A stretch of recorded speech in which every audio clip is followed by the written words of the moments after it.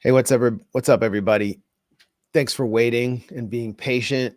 We've been trying to get a guest from Iran all situated, um, get all the technical issues in line, and I think we're there. Lot to talk about today. We may even have some surprises, depending on how things go, some memorable surprises. Um, we're going to talk about everything that's been, as much as we can, about the drama that's been unfurled for the world since October 7th.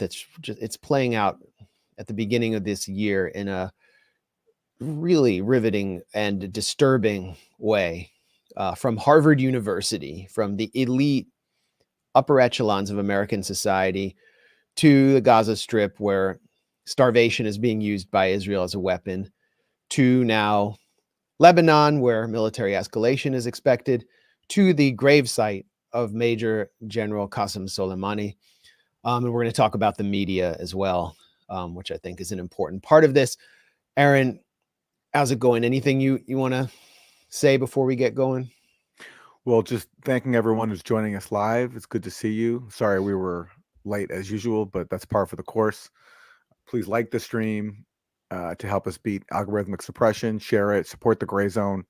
Uh, the issues we're going to be talking about today underscore the importance of the Grayzone and being willing to challenge the most fundamental deceptions that underpin the atrocities committed in our name. Currently, right now, the genocide in Gaza, and we've seen, as we're going to talk about, and we've been talking about a lot, these allegations of sexual violence against Hamas being resuscitated and weaponized, and a huge state apparatus being deployed to push them out there. And the Grayzone, along with the Electronic Intifada and Mondo Weiss, have been one of the few sites willing to stand up and actually assess the evidence head on, to look at the available facts, which is what journalism is supposed to be, is what journalism is supposed to do. And I think, as you'll see today, we've done a good job at it. We're being pretty effective at it as more evidence continues to come out and the story continues to crumble. And that, among many other issues that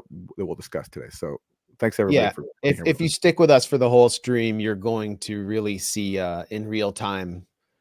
You may see some developments with the media unfold, um, but we'll definitely fill you in on everything that's happening, from the attacks on us. I mean, we have pretty high level attacks coming in because this propaganda is collapsing.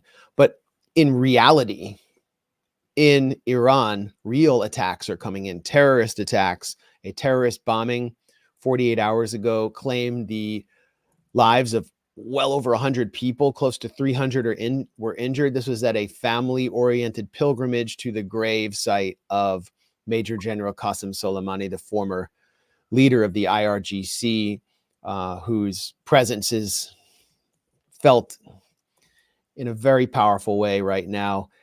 And we want to bring in our guest, Sitara Sadehi. How are you doing, Sitara? I'm pretty good, Good. I know as it's good as late I there where can you be. are. You're in. Well, tell us where you are and just introduce yourself to our audience, because I think you'll do it better than I can. Oh, sure. So my name is Satare Sadevi, and I'm currently based in Esfahan. That's where I was born and raised, and I'm a PhD in American Studies. I've worked as a freelance journalist and translator, and I'm also a teacher. I teach about U.S. politics at university here with students, like university students here.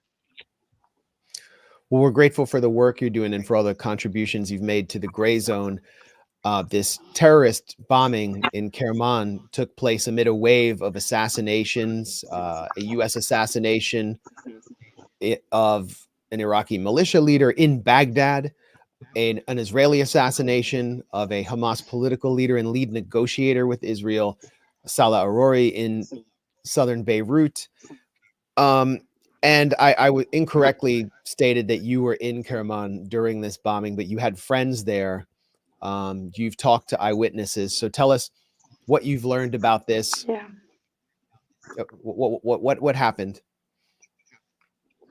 Yeah, so you know that General Soleimani was very, very popular among Iranians, and his funeral back 4 years ago was reportedly the biggest funeral ever recorded in history, and the images show that. Like, it was on different international channels, and huge crowds that came out in different cities showed how popular he was with the vast majority of Iranians. And this annual commemoration for him has been going on for 4 years this year. And I was actually thinking of joining my friends who were going there, but I had to attend a few work things here, so I couldn't.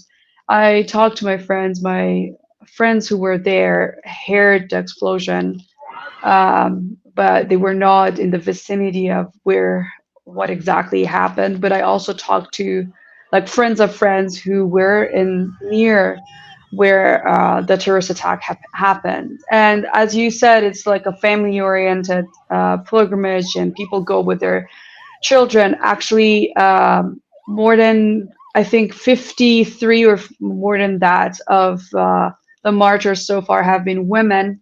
30 of them, if not more, were under 18 years old, and you will have like 2-year-old babies among the victims. So it's very tragic. And I remember, like, I was just I wanted to make sure that my friends were okay, and I messaged them, and I went also on social media to check what people are posting, and some of the friends or people that I was following were saying that they were okay, but they were near the incidents. And some people even witnessed like baby girls with their heads burned, and or uh, if I think you have also seen that initially the numbers were reported as higher, but then they were adjusted, which was because there were so many body parts, and uh, it was very difficult. I mean, they were rapidly trying to count the dead bodies and and take care of everything that was happening.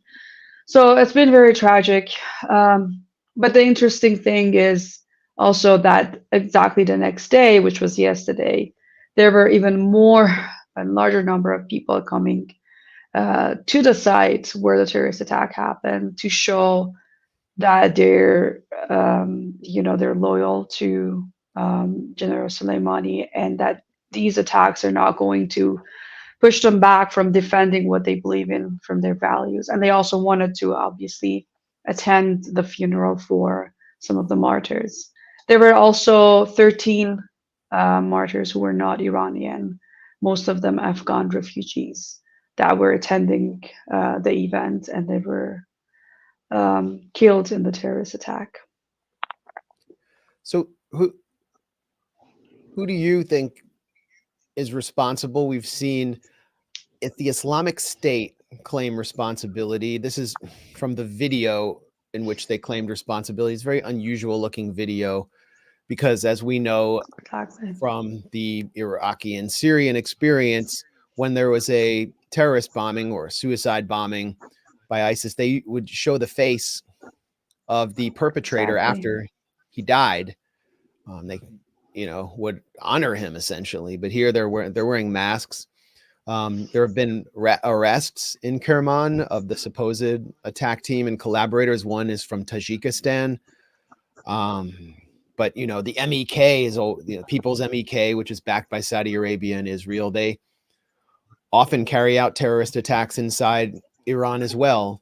So what's going on here?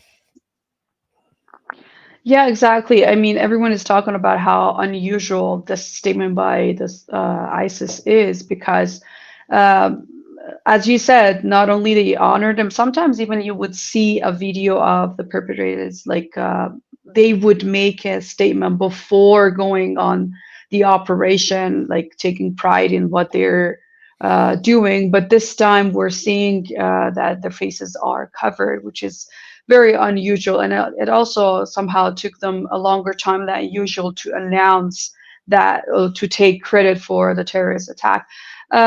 Even before the ISIS announces or takes credit for the terrorist attack.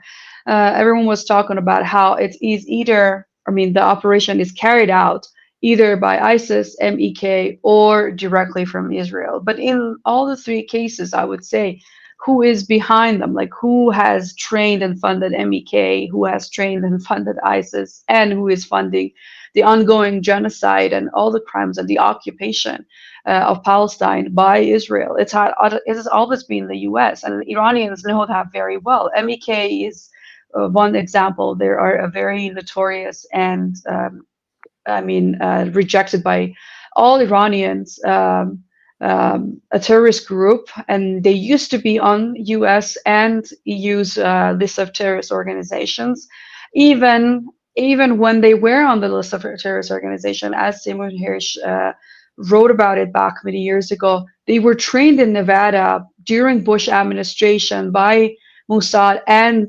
CIA to carry out assassination of Iranian nuclear scientists inside Iran. So these kinds of assassinations and terror attacks were also something that people were expect from the MEK, because the MEK has also previously carried terrorist bombings inside the shrines. As I remember when I was probably a teenager or something, that a lot of people died in the shrine in Mashhad because MEK carried out a terrorist bombing. But the thing is, whichever of these, like the MEK or ISIS, carried out the operation itself, it doesn't look like this is coming. Like the masterminds behind both terrorist organizations have always been the U.S. and Israel, and this is something that Iranians know very well, even though the U.S. and like spokespersons from the U.S. government try to say that, we have nothing to do with this. But Iranians remember the 1953 coup. They remember how the U.S. supported Saddam in its eight-year war on Iran, how they funded MEK. And people can also read your book, Max, about management of savagery and how ISIS and other terrorist organizations have been created by the U.S. government and funded. And so it doesn't make the U.S. innocent in any ways. And that's how the majority of Iranians are looking at the thing.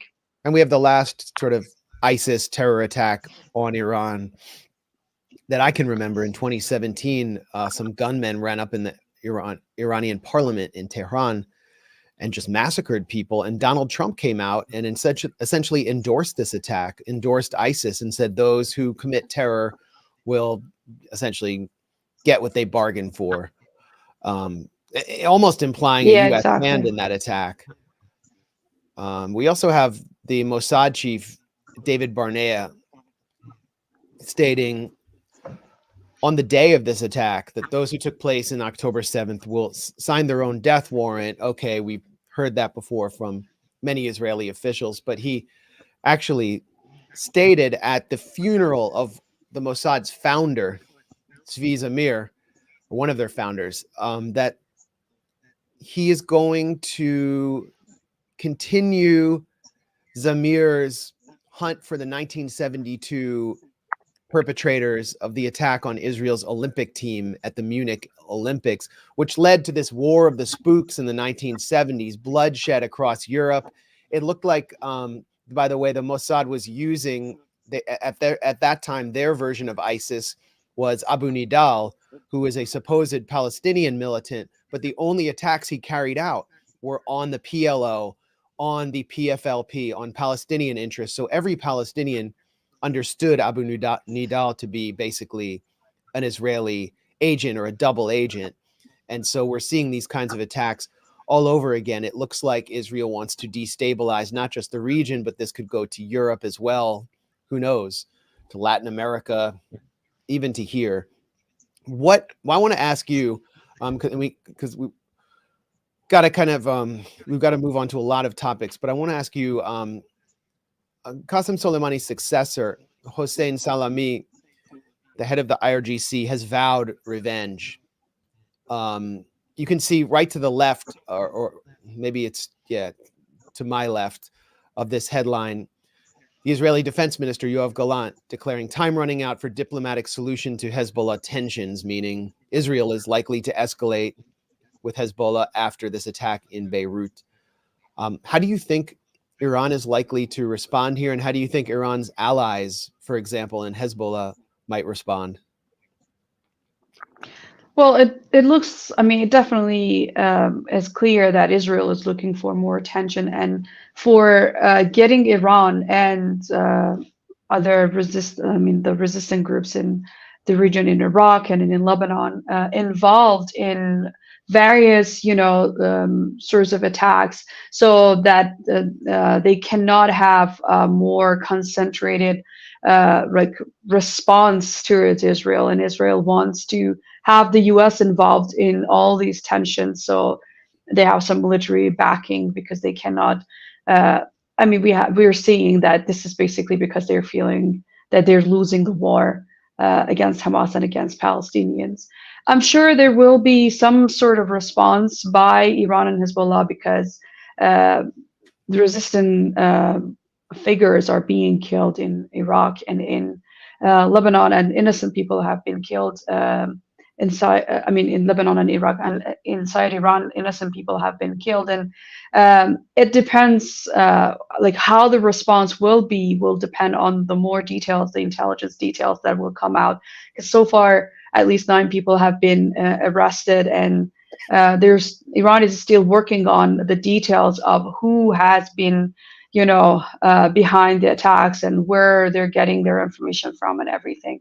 And as you mentioned, ISIS also last year carried out 2 other terrorist attacks inside Iran, inside a shrine, at the peak of the unrest that were also part of Israeli and U.S. Intelligence operations inside Iran. MK had a major role in what happened last year, and something around 60 police officers and security forces in Iran were killed.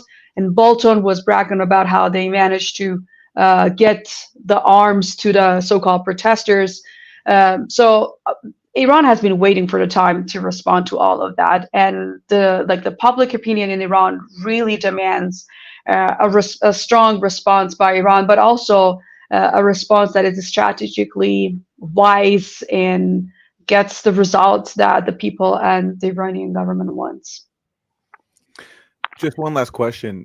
This attack came at a march commemorating the assassination of General Soleimani, and I'm wondering if you could talk briefly about why he's revered so strongly inside Iran, and I'm wondering if you could respond to the process to how he's characterized in the U.S. So a standard account, like in the New York Times, reporting on this attack, on this march, says that Soleimani is regarded in the West as a malign actor. And then it talks about how, yes, he did play a role in defeating ISIS inside Iran, inside Iraq and Syria. But the Times says he did that alongside a U.S.-led coalition. So that basically the Times is trying to say that the defeat of ISIS was done by the U.S., this U.S.-led coalition. And Soleimani, yes, he played some role, but the main actors here in defeating ISIS were the U.S. Yeah. We remember the accidentally dropping of the weapons for the terrorists like ISIS in Iraq and Syria by the U.S. And the U.S. was so obsessed with getting rid of Assad that they did not really care about who they're aligned with and who they're armed, and just wanted the Syrian government to be removed, because they were not doing what the U.S. wanted. But inside Iran, Qasem Soleimani has been respected and admired for not only the fight against terrorism and against ISIS, but also the fight against Saddam Hussein. He was a key figure in during the Iran's defense against Saddam's invasion, and he has been a big part of all Iran's defense strategies for many years. And people know that he has dedicated his life and his like he has sacrificed everything he had to protect the country and protect the Iranian people from any invasion. And he was, like aside from or besides his military, like I would say, capabilities, he was also a very modest man. He was very people oriented. He was very humble. He interacted with people. He checked on the families of the martyrs very often, and like they called him uncle, and he was very soft spoken as like a family man. So the image that Iranians have of him is like they look at him as an uncle who protected them, who defeated not only ISIS but also Saddam, and he was the mastermind behind all Iran's capability to deter the attacks. And you know that Iran has always been under, ever since we had the revolution, we have been under threats from Israel, from the Ba'ath regime, and the Saddam regime from the US. And of course, Saddam's invasion of Iran was totally backed and funded by the US and a few other European countries. So this is how we remember Qasem Soleimani. And I mean, there are a lot of people who are taking pride in wanting to be a follower of him and just follow his cause. That's how we remember him.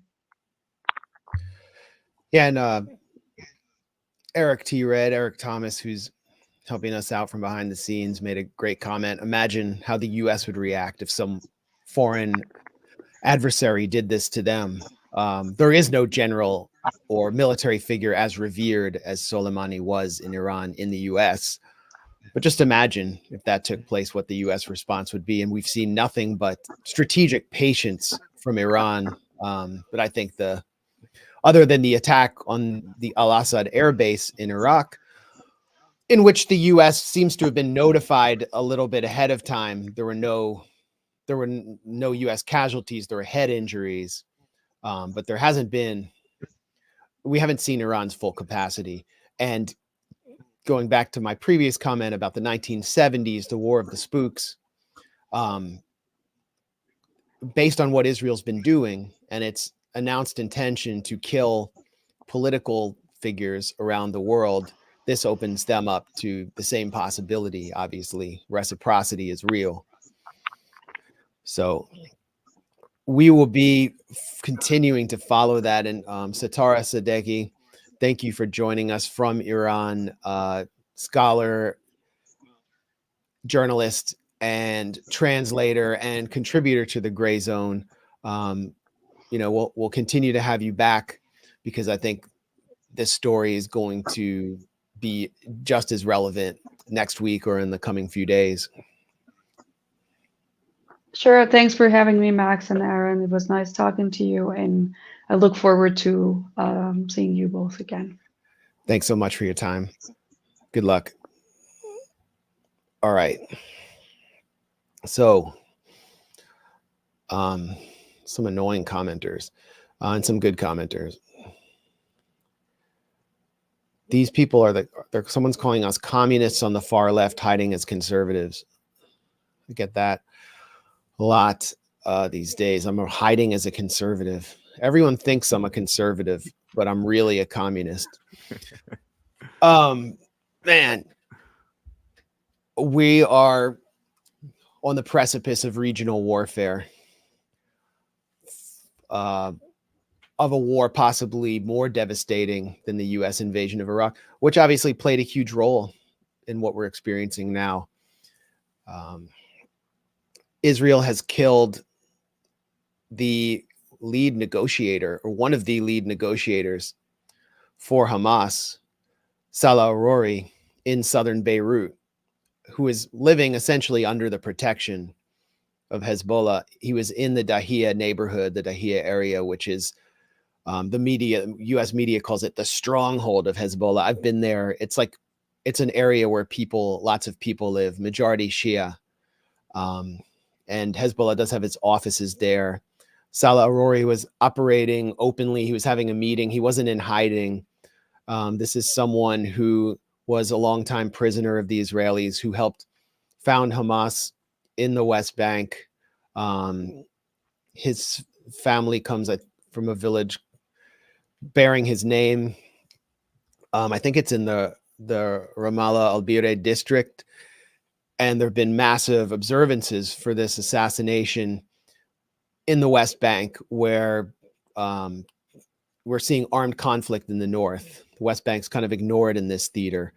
But al-Arori came out, I'm pretty sure, as part of the Gilad Shalit swap, and was close to Yahya Sinwar, the prime minister of Gaza, who conceived the whole prisoner swap from within prison himself. So al-Arori was a very central figure to the negotiations taking place with Israel for the release of Israeli captives. So what is this? I mean, I want to play a quick interview with him just to underline the point that I'm trying to make about what this means for the course of the conflict and for the lives of the Israeli captives in Gaza. I think he said some things which was recorded and went on the This is air his by final some interview, Hebrew I think. channels. He said, if Hamas offered all for all, we would accept it. But he was lying, because we came up with an official and public offer from Mr. Al-Sunwar personally, who said we would be ready for the idea of all for all. I said this, and Abu Ubaidah said it as well. He's talking about all captives for all captives, all Palestinian political prisoners. Well, that was our stance from the beginning, because our goal was the freedom of our captives. We announced that we were not willing to keep the Israelis as human shields. What we were seeking was a human goal, and that was the freedom of our captives in Israeli jails. So the prime minister was lying to his society. Practically, I think this matter has to become very clear for the Israeli society and the international community. What he was talking about was the military operation to free his prisoners from Hamas. This matter is impossible. He failed in it for about 70 days, and the ground incursion inside Gaza, the Israelis succeeded in getting 3 corpses only. When they came close to free a living soldier in order to free him, they killed him, and 2 more soldiers were shot while others were wounded. So the idea of freeing the soldiers alive is totally impossible. But the real decision within the Israeli leadership states that let them be killed in the battle. We do not intend to pay the price. The wanted price is just. We are seeking the freedom of our captives who have been in Israeli jails for tens of years. It is a big crime to see freedom fighters behind bars for this long. Hamas offered the idea of all for all. The Israelis are promoting only lies. They have been saying that Hamas agreed for the release of women and children under heavy pressure. So we are going to exert more pressure on Hamas in order to force it to release our military men and women in an unjust deal, or without any deal at all. For this particular reason, we took a decision to postpone the prisoners issue till the end of this battle, as long as... So he's basically speaking to the insincerity of Israel in these negotiations and accusing Netanyahu of lying to the Israeli public. And this was, and also the impossibility of the stated Israeli military objective of liberating Israeli captives through the military incursion into Gaza. This was before Israel actually gunned down 3 Israeli captives who were trying to, waving a white flag, shirtless, calling out in Hebrew to Israeli soldiers. They even chased one and killed him execution style, proving Salah Arori's point. But after he made these statements, soon after, his office was hit by an Israeli drone, or it may have actually been an Israeli aircraft with GBU, powerful GBU bombs, and 6 other of his colleagues were killed. This means that the man who is signing the agreements for the release of Israeli captives has been killed. What does that say about Israel's desire to get back the 100 or more captives? To me, it says they're not that interested in doing it. They just want to keep this war going for as long as possible, because the only way they're going to get them back is through a ceasefire. Netanyahu for Netanyahu, that would be political suicide. So he cares more about his own political life than the real lives of Jewish Israelis. And this proves it. And not just his political life, but also his determination to drive out as many Palestinians as possible. That takes precedence over returning the Israelis that were taken captive and making Gaza unlivable. All that is a higher priority than securing the release of his people. And there's a precedent for this, right? I believe in Gaza, Israel has previously assassinated Hamas leaders that it's negotiated with. I'm blanking on the name, but I know that happened in at least one case. It was the, I'm blanking on the name too. But this was during Operation Pillar of Cloud. It was the Al-Qassam commander who oversaw the organization during the interim period when Mohammed Deif was not commander, and he oversaw the Gilad Shalit operation, and then oversaw the from within Gaza, he oversaw the negotiations to get 1,027 Palestinian prisoners out. Maybe someone in the chat can remind me, but my head is cluttered right now with different thoughts. So they killed the negotiator. That's standard operating practice for Israel. They killed most of the leadership of the PLO to get to Arafat, then killed Arafat in his bunker to get to Abbas, who has been the most submissive leader of the Palestinian leader in history and who is largely discredited. And they use assassination in place of negotiation. And so we're going to see an intensification of that tactic. And this is also about provoking the U.S. The USS Eisenhower, the aircraft carrier that was the linchpin of the U.S. naval convoy in the Mediterranean, left the region. And on that same day, Israel struck southern Beirut. It started lashing out, started escalating in the north to draw the U.S. back in. Don't go away. We need you. You're especially going to need the U.S. if your airfields start getting hit by Hezbollah's missiles, which were much more advanced than those of Hamas. They continued to intensify, and the U.S. is now matching them, carrying out assassinations in Baghdad, which is supposed to be the capital of a supposed U.S. ally, where to which the U.S. provides sanction waivers so it can get oil from Iran. The U.S. is now in a situation where Biden's stated pledge to prevent escalation has completely failed, and for one reason and one reason only, because the Biden administration refuses to use its massive leverage to orchestrate a ceasefire. And now it is likely, or it is possible, that we could see a regional conflagration. And it ultimately falls at the feet of, the responsibility falls at the feet of Biden as he stumbles around the stage trying to find the exit.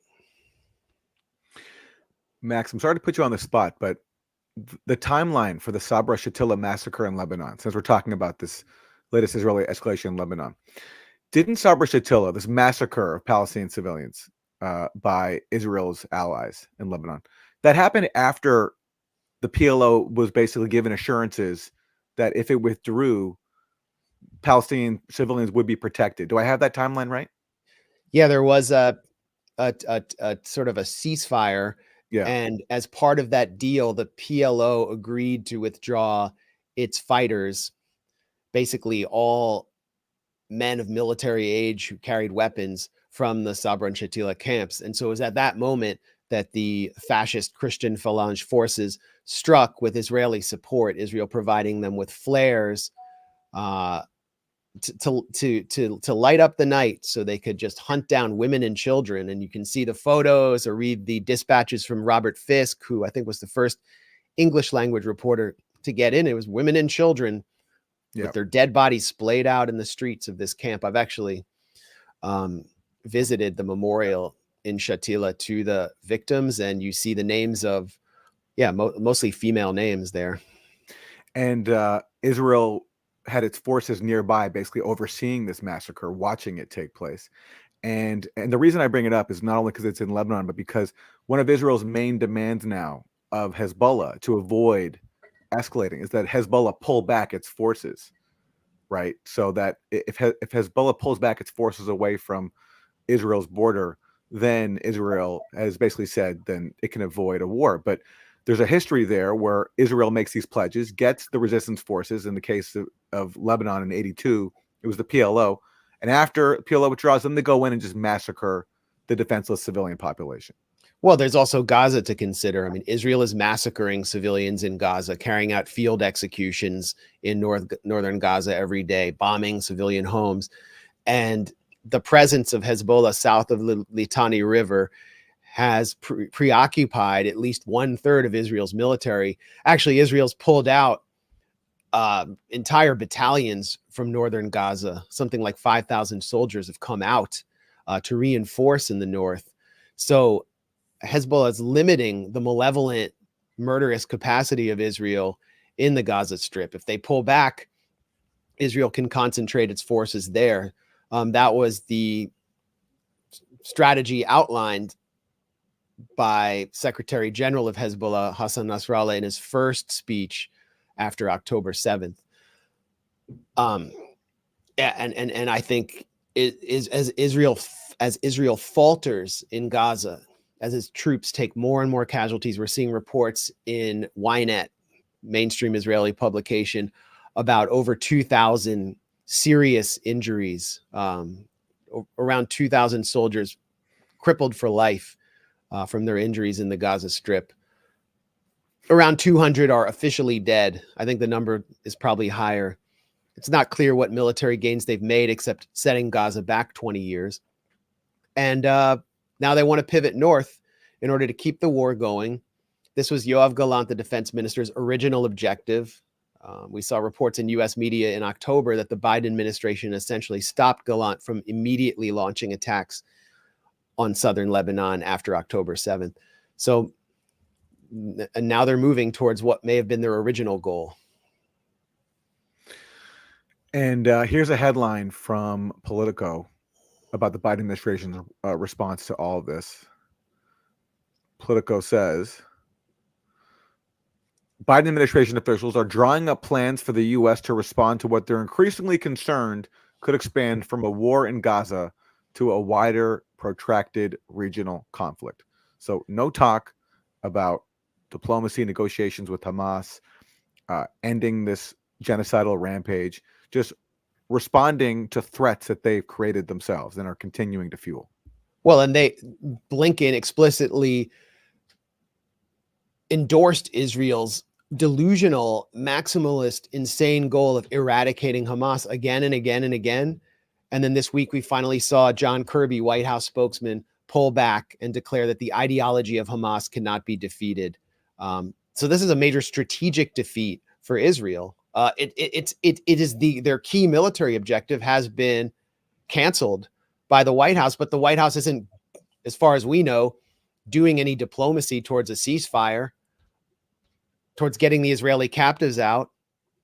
If they're recognizing Hamas is going to be a part of something, and they're declaring that Gaza must be ruled by a Palestinian Authority, which also controls the West Bank, but that Hamas's ideology can't be defeated.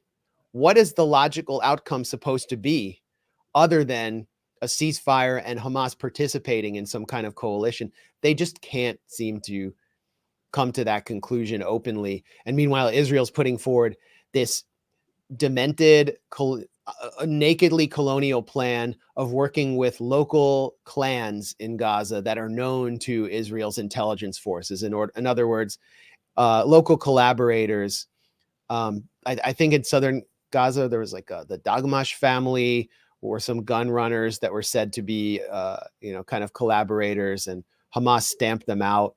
So they want to bring back these kind of corrupt families. They tried the same thing in southern Lebanon when Ariel Sharon first invaded Lebanon. He tried to set up these kind of, local villages systems with local collaborators, and it was a total failure. Israel's never been able to succeed with these hackneyed colonial, Britain and India type plans. And so Biden is, and Biden's putting forward nothing. They're putting forward nothing. They're allowing everyone to fall off the escalation ladder into regional war. And this will ultimately be their fault. It will be one of the biggest failures of diplomacy in our lifetime. Let's listen to the Israeli ambassador to the UK talking about Israel's plans for Gaza and Israel's tactics in Gaza and targets in Gaza. Those areas must be destroyed. And one of the things we exposed to the world after getting into the areas in Gaza, that we try to find all those tunnels and the underground metro city that Hamas has built, thanks to this great support of Iran, Qatar, the international community generosity, everything turned to be this horrible terror city.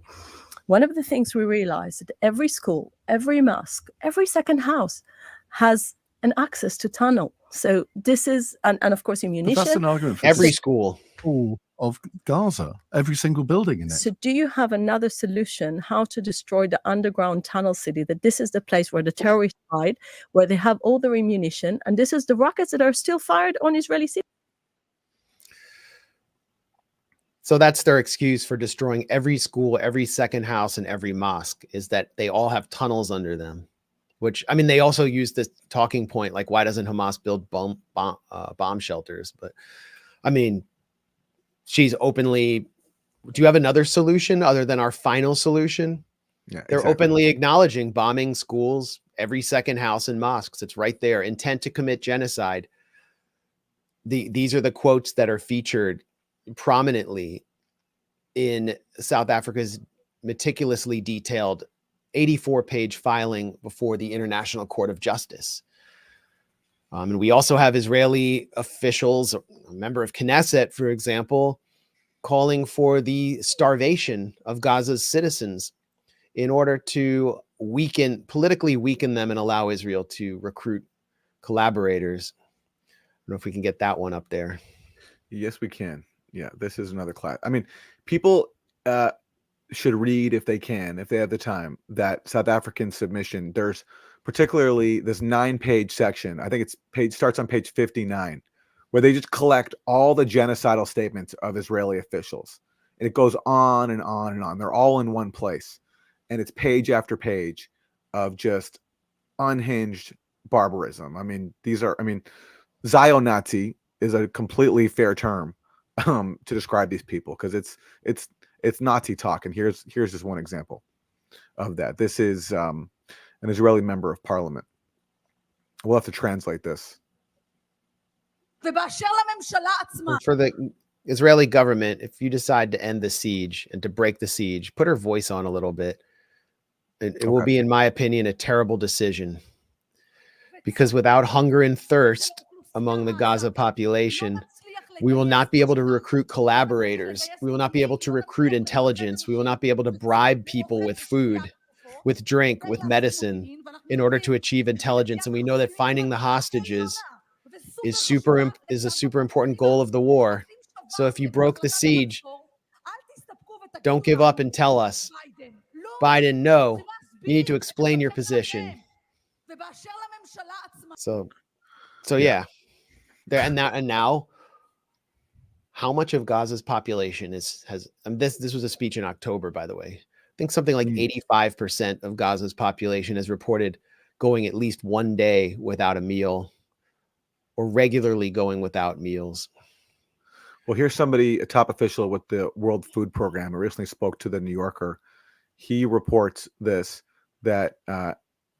80% of the people, or 4 out of 5 people, in famine or a catastrophic type of hunger are in Gaza right now. So all around the world, 80% of the people experiencing famine or catastrophic hunger are in Gaza, this tiny besieged death camp. And Israeli officials are stating that this is no accident, that this is a deliberate policy of political warfare. And the Biden administration knows this. It was recently reported in the New York Times that Netanyahu, when he agreed to allow some aid, a trickle of aid into Gaza, he did that as a condition for Biden coming to visit him. So because Netanyahu could extract the political benefit of getting Biden to come and bless his extermination campaign and give him the PR of a personal presidential visit, in exchange, Netanyahu allowed a trickle of humanitarian aid into Gaza. So the Biden administration takes for granted that Netanyahu has the right to cut off Gaza and only relent like slightly if he can extract a political benefit for it to help out his genocidal military campaign against Gaza. And just a quick word on Sipi Hotovely. I mean, I know there's a UN exception for people who are, officially registered as diplomats, but our contributor, who's a UK citizen, Kit Clarenberg, is barely even welcome in his own country for exposing the illegal intelligence intrigues of Britain's secret state at the Grayzone. I mean, he was detained, interrogated, threatened. There's still an open file on him. He was asked about me. I'm not sure if I'm welcome in the UK because of our reporting, our factual reporting, but a genocidal maniac who openly declares intention to commit genocide on British airwaves is welcome there. And the other woman we heard from, go ahead, Aaron. Well, I was going to say, if His Majesty's government does not welcome me, I'm going to be personally offended because I'm a member of the Commonwealth. I'm from Canada. So I hope that my Grayzone affiliation does not prevent me from visiting His Majesty's territory. Well, maybe you should get Israeli citizenship first. Then the other woman is, what's her name? Tali Gottlieb. She's a Likud lawmaker. This is Netanyahu's party. This is the leading party in Israel. So, you have the Biden administration, the State Department officially condemning Itamar Ben-Gvir and Bezalel Smotrich from minor Kahanist parties because they've called for ethnically cleansing Gaza, for putting pressure on Arab countries to accept the voluntary migration of hundreds of thousands of people from Gaza. That's Netanyahu's policy. They're condemning the accessories to the crime that was conceived at the top. And by the way, Biden originally supported a quote unquote humanitarian corridor to Egypt. What's the U.S. doing to push Israel to let more aid in? The best they've done is to, demand some opening of the corridor at Kerem Shalom inside Israel, which is one of the only places where trucks can be scanned. But Israel continues to take the anesthetics out of trucks. Over 1,000 children have had limbs amputated in Gaza without anesthetic. I mean, the U.S. knows exactly what's going on, and they know exactly what they're getting into. And John Kirby to dismiss the genocide filing by South Africa as just absolutely, he called it baseless. It's baseless. In other words, there's no basis, meaning there isn't intent to genocide taking place. They're just pretending publicly this isn't happening, and the Israelis are putting it in our face.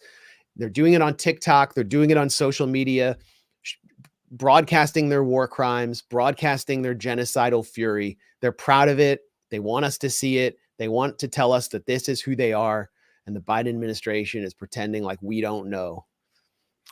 Let's show John Kirby's comments very, very quickly. South Africa's filed an 84-page lawsuit against Israel accusing them of genocide. Israel says that this is blood libel. Does Washington blood libel? Where does this put Washington and Pretoria? We find this submission meritless, counterproductive, and completely without any basis in fact whatsoever. Okay, so we just heard John Kirby say this is meritless. There's no basis in fact. Then this comes out right after Kirby says this from Politico. The Biden administration acknowledged it conducted no formal assessment of whether Israel is violating international humanitarian law in its war against Hamas, fueling intense criticism as President Biden shows no signs of wanting to change approach. So South Africa files this, I think, 84-page document, heavily detailed, very factual, very scholarly, citing the applicable provisions of the Genocide Convention to accuse Israel of genocide and documenting it in meticulous detail the war crimes Israel is committing and the genocidal intent of its officials. Kirby says there's no basis in fact for any of this, but then they admit they're not conducting an assessment of their own to look into the factual basis for any of this. Because of course they can't look, because anybody looking at this for a moment has to conclude what is obvious and what South Africa concluded, that Israel is seeking the physical destruction of the people of Gaza. That's the term used by South Africa, the physical destruction. And that's exactly what is going on. Yeah. I mean, you have the population of the southern city of Rafah, I've been there, I've been to its outskirts. It's already kind of an overwhelmed city, and its outskirts are rural and they're essentially desert, has increased by over 1 million in the past month. I mean, just imagine your hometown increasing, its population increasing by 1 million. You've been under siege for 15 years, and now fuel, water, food is being heavily limited, if not blocked, along with medicine and so on. That's what's happening. And the Biden administration, the State Department people whose job it is to conduct these kinds of assessments on whether war crimes are being committed, humanitarian conditions, they're essentially being told to go do something else. Go work on the Uyghurs. Go work on Tibet. Go work on I don't know, the Nicaraguan regime. They're basically being told by Tony Blinken not to do their job. And we've only seen one resignation from the State Department, Josh Paul, who has been courageous. We just saw the first Arab American, a Palestinian American, resign from the Education Department over Biden's policy. We are hearing news of many campaign volunteers quitting the Biden 2024 campaign in disgust over this. Low-level campaign staffers. I don't know if this is happening, but this is being reported.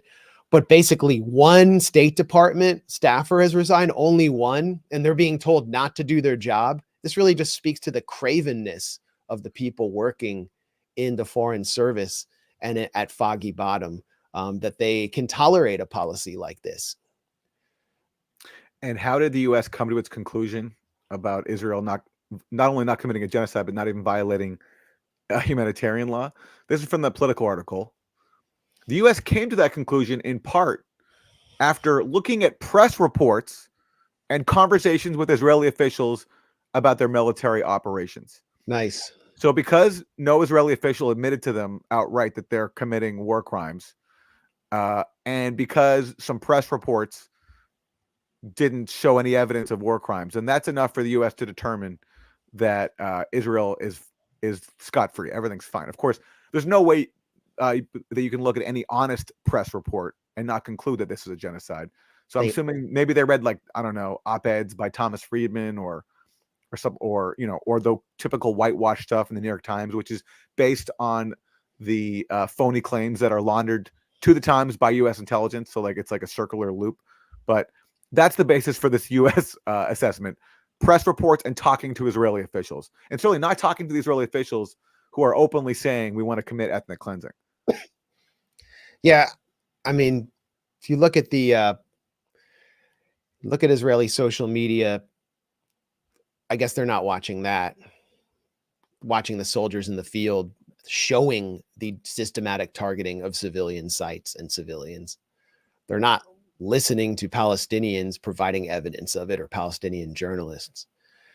I guess they're reading like the Washington Post or the New York Times. They're in the New York Times subscriber class. And one thing that really needs to be talked about is the Washington Post itself, because we've been contacted by them. Should we do this now? Sure. Yeah, let's do it. All right. Give me I don't know if you can kill any time. I need a quick break, and then we're going to be. Yeah, I can show give people. me Yeah, that's fine. Go ahead. Just give me 30 seconds. But we have a very potentially interesting segment coming up with a surprise guest. So just give me a second. Well, since we were just talking about the New York Times and their role in laundering Israeli lies, amazingly, they're still going with this one. Hamas used Gaza hospital as a command center, U.S. intelligence says. And if you remember this one, because news fades very quickly, and the previous Israeli lies that are used to justify genocide, they're discarded, and then they move on to the next ones. So this one was I can't remember, this is about a month ago now, when Israel attacked the Al-Shifa hospital, Gaza's main hospital, and claimed that it was the site of a Hamas command and control headquarters. And U.S. intelligence laundered claims to stenographers like the New York Times, saying that they had evidence of this. And then, of course, Israel attacked Al-Shifa, raided it, kicked out its patients, got in there. And, of course, there was no Hamas command and control facility. It was another Iraq WMD level lie to justify Israel doing something unfathomable, which is raiding and attacking and making inoperable a massive civilian hospital. And everybody just moved on. The Washington Post, even well after the fact, did an investigation showing that there was actually no evidence that there was a Hamas and command and control there. But the New York Times is not giving up that claim. So this is a new one from them where they say that Hamas used the Gaza hospital of Al-Shifa as a command center. And buried down deep in the article is the typical caveat qualifier, which always happens. Yes, U.S. has presented no visual evidence for any of its claims, but that's what they tell us is true, so we're just going to print it. And the reporter on the story is Julian Barnes, who people might remember was one of the main reporters who laundered CIA claims about the Nord Stream bombing. And then when the CIA decided they wanted to blame Ukraine for that, Julian Barnes was used for that one. Yeah. These reporters have a long history of recidivism. We could also talk about Joby Warwick, but we'll get into that a little later. We were contacted by the Washington Post, I guess 2 days ago, and I didn't know it because it was buried in our public emails, which I review. I review every email periodically. I review them as much as I can. And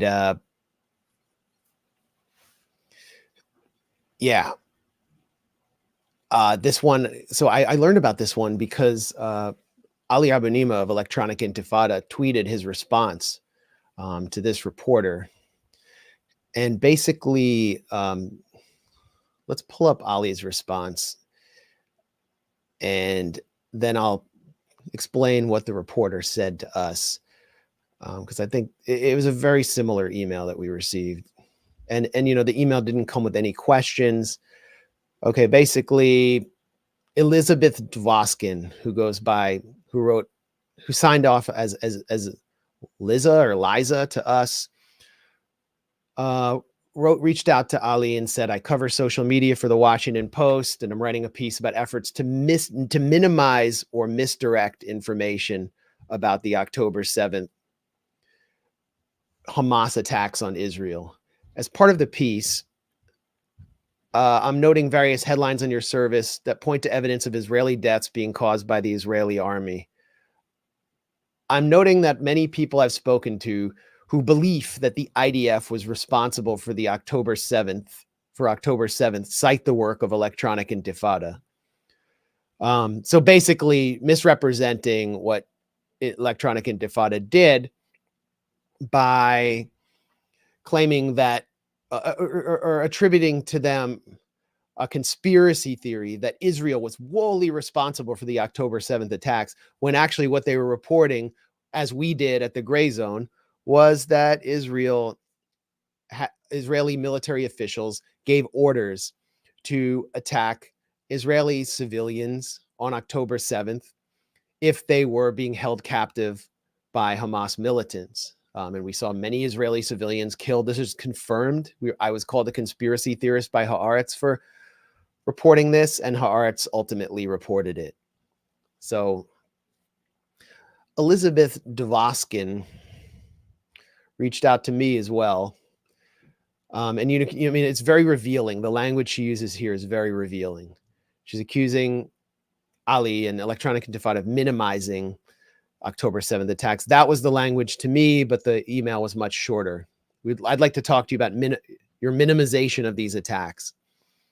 There were no questions. Usually a reporter will supply questions and I can answer them. and they just basically left a phone number. And Ali responded. It's a great response. And So she Ali didn't. then go ahead. Yeah. Well, so Max, so she didn't send you the dimensions by which you've minimized October 7th? No, it wasn't like 1200 by 800 and I reduced it to 800 by 600. Got it. But you know, I mean, you look through this reporter's social media, she is like the Silicon Valley social media reporter for the Washington Post. And you know what that means? It means pushing the imperatives of the censorship industrial complex and of the Western intelligence services. She hyped up Russiagate massively. You know, you look at interviews with her and she's howling about literally howling about Macedonian teenagers exploiting divisions in the US to hack the brains of American citizens and spawn fake news. It's just ridiculous. But she's also a dyed-in-the-wool Zionist who's retweeting Barry Weiss. This is Daniel Denvir. If it weren't clear enough, Liza Dvoskin was planning an anti-Palestine hit piece from the emails below. Check out her timeline. Nonstop pro-Israel propaganda. Screenshot of tweets followed by excerpt from shared articles. You know, okay, here she is retweeting Barry Weiss on stuff we've debunked about October 7th and the whole Hamas rape propaganda that the Israeli government's pushing. And here's something Ali discovered subsequent to receiving the email, which is that when Washington Post's Liza Dvoskin was at Columbia, she denied the Nakba, claiming there was no Palestinian nation, and Palestine, with hundreds of villages and cities, was home to just a few desert Bedouins. That's who's assigned to write this article about electronic intifada in the Grayzone. A voice from the DC protest. Before the British swept in, Dvoskin writes, there was no Palestinian nation. The territory was taken from the ailing Ottoman Empire and consisted of desert Bedouins without a sense of national identity as we know it today. How ignorant do you have to be to believe that? That's like Leon Uris level propaganda. This is the person assigned to write this hit piece for the Washington Post. Wait, Max, leave that quote up for a second. Leave that quote up, because this is a common talking point from Zionists, and it really misses something important. When the British swept in, what the British did is they immediately promised the land to somebody else who was not there, which was the Jewish people. Yeah. There was a tiny percentage of Jews there in Palestine, but the majority were Palestinian Arabs. And yes, in the years after the British promised the land of Palestine to somebody else, you did see Palestinian nationalism grow. I mean, the line about desert Bedouins is just a straight up fabrication. But yes, when someone comes in, when you're living in a land and like it's yours, and some colonial power comes in and promises it to somebody else, you're going to develop all the more of a national identity. That's just obvious because your land is being stolen. So this idea that like there were no Palestinians until the British came along, and then all of a sudden the Palestinians like decided they wanted to be a people. No, what happened was the Palestinians realized their land was being stolen from them, and they organized around that to stop that. And of course they failed, and that's why we're in the situation we're in right now. Right. I mean, it's just transparent Zionist propaganda. So, I mean, it's obvious EI is having an effect. We're having an effect. That's why the Washington Post came. The Washington Post did not do the investigation. They will not do the investigation that we did, which Israelis are talking about. Israelis are talking about how Israelis were killed on October 7th. This will be discussed if there's ever an independent investigation or an investigation inside Israel, if the Israeli government will ever allow it. The Washington Post won't touch it. They want to attack us for doing the work that the US media should be doing on one of the biggest scandals of this war. Yeah. Other than genocide, of course. Yeah. And what was the one mention that we've seen, at least that I've seen in the establishment media, of the fact that Israel killed some of its own people on October 7th? It was in the New York Times. It was buried in the bottom of a New York Times article. And the Times described this Israeli tank that fired on a home that killed Israelis as some light shelling, right? It was a light. It was hit with light shells, like Nerf shells. Yes. So that's the one instance where New York Times, where establishment media in the U.S., as far as I know, broke its own oath of silence around Israel's role in killing its own people. And the Well- Times buried it in an article at the bottom and described it as light, just a light show. Just a light Yeah. show. Well, what that article revealed or told the U.S. media consumer was that Brigadier General Barak Hiram, who is a major figure in the Israeli military, major figure, he's being put forward as like this hero of Gaza, that he gave the order to fire on the Pessi Cohen home in Kibbutz Be'eri and kill something like 15 Israeli civilians, knowing that they were in there. And then he lied about it in interviews afterwards and blamed Hamas for killing everyone there. So it's a huge scandal. And Electronic Intifada, Ali Abu Nima and David Sheen broke this story that he lied.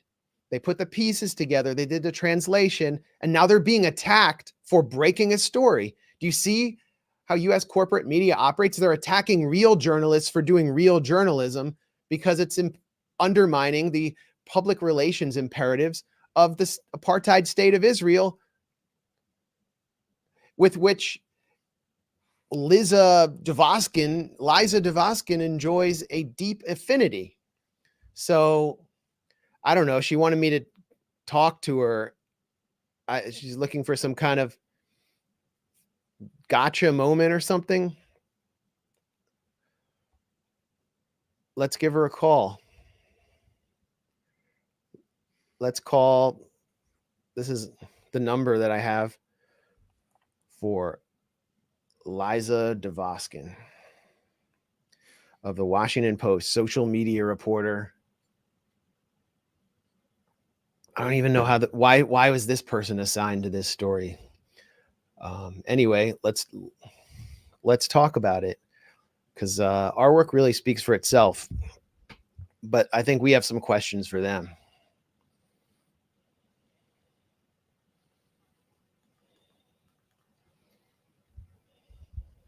You've reached Elizabeth Dwoskin's voicemail. You can leave me a message here, or email I guess you don't really want to speak to me. elizabeth.dwoskin@gmail.com. Thanks and have a Let's try one more time, because you never know. Here we go.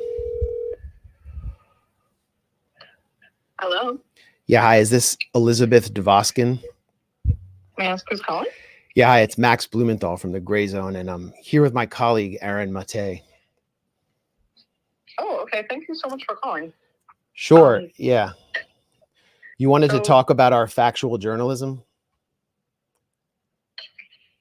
I did. I want to interview for my piece. Yeah, I got an email from you accusing us of minimizing the atrocities on October 7th. So I'm wondering if it's possible, because I'm about to be on another call, if we could schedule a time to speak Monday or Tuesday.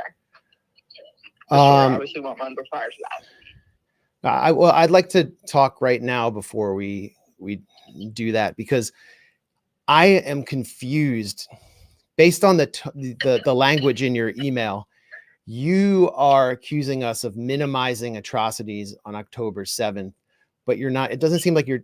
I'm trying to figure out what you're trying to do here and why it seems like you're planning to attack the investigative journalists who have helped expose a major scandal, us and Ali Abu Nima, which has been confirmed even by Israeli media and by Israeli military officials like Colonel Golan Vak, in which Israel killed Israeli civilians on October 7th. There were friendly fire orders. You're attacking us instead of doing the investigation yourself on this scandal. And I'm really confused about why that is. So I definitely want to talk through everything. I don't want you to feel attacked. I want to talk you through the points in the story. I'm of course aware that there were deaths due to friendly fire. And I've read the Israeli media reports as well, some of which you cite. And yeah, let's just. So how are we minimizing? Just tell me now, how are we minimizing atrocities by reporting these facts? So I'm about to be on another call and you're kind of springing on me. What I appreciate doing is scheduling a time to talk so that I can hear everything that you have to say and talk you through everything. Just the way The I would question do is anyone for else's you. No, question. Wait, Aaron, sorry, Aaron Mate. Mate. Aaron Mate has a question. It's Yeah. not all that Y- I can't we always didn't- get him here. We didn't contact you. You contacted us. So we want to hear from you. What is your issue with us? How are we minimizing what happened on October 7th? If you believe that, since you wrote it, it should be easy to explain. So let's hear it. So I appreciate your asking me a question. My other call is started asking me questions. My other call is starting in a minute. When is your other call over? I don't know. It's another interview. Uh, But I just I mean, no, but we really need to, schedule we a really time need talk, to, but I we don't need to wanna have feel- trust. We need to have trust before we go any further. And I see that you have minimized the Nakba of Palestinians writing for Columbia University's paper. You describe them as just a bunch of desert Bedouins. Are you a Zionist? You know, I'm not sure. Like, I mean, I see you I- retweeting Barry Weiss, who's a major supporter of the Israeli genocide in Gaza. And I need to know, are you ideologically committed to the system of Zionism? And it's very curious that someone like that would be assigned to this story. And it's also curious to me that the Washington Post refuses to investigate the real story and hold accountable this powerful apartheid state and is instead attacking independent journalists. You are afflicting the afflicted and comforting the powerful, as the Washington Post has traditionally done. So why should we even trust you to set up some kind of call? I mean, that is completely up to you to do so. Are you a Zionist? Sir, that is completely up to you to set up a call. This isn't about any personal biases, ideologies. That's not what this. Do you support Israel's military campaign in Gaza? Excuse me, what is? I feel like you're interrogating me, and my other Well, you call just is starting. you deserve to be interrogated. It's please highly let me know. inappropriate that someone who seems to have such deep affection for an apartheid state committing genocide would be assigned to this story and is attacking independent journalists who've produced factual journalism on a major scandal instead of holding to account the state and military responsible for that scandal. And by the way, why is the Washington Post always minimizing genocide, the attack on the Maghazi refugee camp? It was referred to as just strikes against Hamas in the Washington Post. Where is this? You're the social media reporter. Where is the report on all of the Israeli social media posts, the TikTok posts celebrating the genocide of Gaza, mocking people in Gaza for having their water and energy turned off, the Israeli soldiers in Gaza proudly committing war crimes on TikTok, broadcasting it to the world? Have you written one story about that as the social media reporter? So feel free to send me anything, any articles or clips that you think. Feel should free be to answer the question. Being a that you feel free to send me any articles or clips. See, this is why nobody Thanks. trusts corporate media and why they're reading Electronic Intifada and the Grayzone, because you can't even answer these questions. You can't even tell us about your own Zionism and why you're doing this hit piece. I'm really just taken aback. Because Why? I'm taken aback. Okay, well, I apologize for being taken aback, but I feel like the next step, the natural step that anyone does when one is interviewing a story subject is, or anyone who's mentioned or has a reference in a story, is to talk the whole thing through, to schedule a time and talk it through. So that's all I'm saying. You didn't even ask me in the email to schedule a time or talk it through. So I apologize. You could have sent questions. Because I'm running late to another call. So I'll send a follow-up email to your email with suggesting some times. Does that work? Do you still believe that Palestinians, that the people of Palestine were just desert Bedouins before Israel? Okay, Liza Dvoskin of the Washington Post has hung up on us. She has said that she has another call that's so important that she can't interview or discuss this issue with her interview subjects. And she won't address her own pro-Israel sympathies, which are obviously relevant to this story. So. Well, that's a pretty typical interaction with somebody who tries to write a hit piece on the Grayzone. We've done this many times before with people. When we call them and ask them for the evidence for their claims against us, they universally are unable to engage. in a blatch, and that one was no exception. That was Liza Devoskin. So much for that. We should do we have the Russiagate interview she gave? I don't have it in the doc, but I mean, she is such a tool of power. If you look at her work, she did a 2-year investigation on how Russian propaganda was responsible for the coups in West Africa, as if the destabilization of those countries by the U.S. invasion of Libya assault on Libya wasn't actually one of the major factors, or the miserable state of their governments just selling off their resources wasn't a factor. No, it was the Russians. And she spent 2 years doing that. This is the kind of stuff that's obviously guided by Western intelligence services. She's guided by power to attack any countervailing force. Yeah, well, this is her pinned tweet, so she's very proud of this work. The backstory of the recent string of coups in Africa is Russian disinformation. This never told spy versus spy tale with wild deets like getting people to play avatars in the real world reveals how it happens. Been working on this for 2 years. So basically, coups in Africa, all the result of the same source, the all-powerful Russian disinformation, the same way that Hunter Biden's laptop was Russian disinformation, Hillary Clinton's loss to Donald Trump, that was Russian disinformation too. It all comes back to Russian disinformation. And that is Elizabeth Dwoskin. Or whoever is puppeteering Elizabeth Dwoskin. I mean, what journalist wakes up in the morning and is like, you know what? I want to write about how Russia is influencing people in West Africa to overthrow their governments. Like, who actually does that unless they're the biggest bootlicker of power? Again, like, how is it not this just titanic scandal that Israel attacked its citizens on October 7th?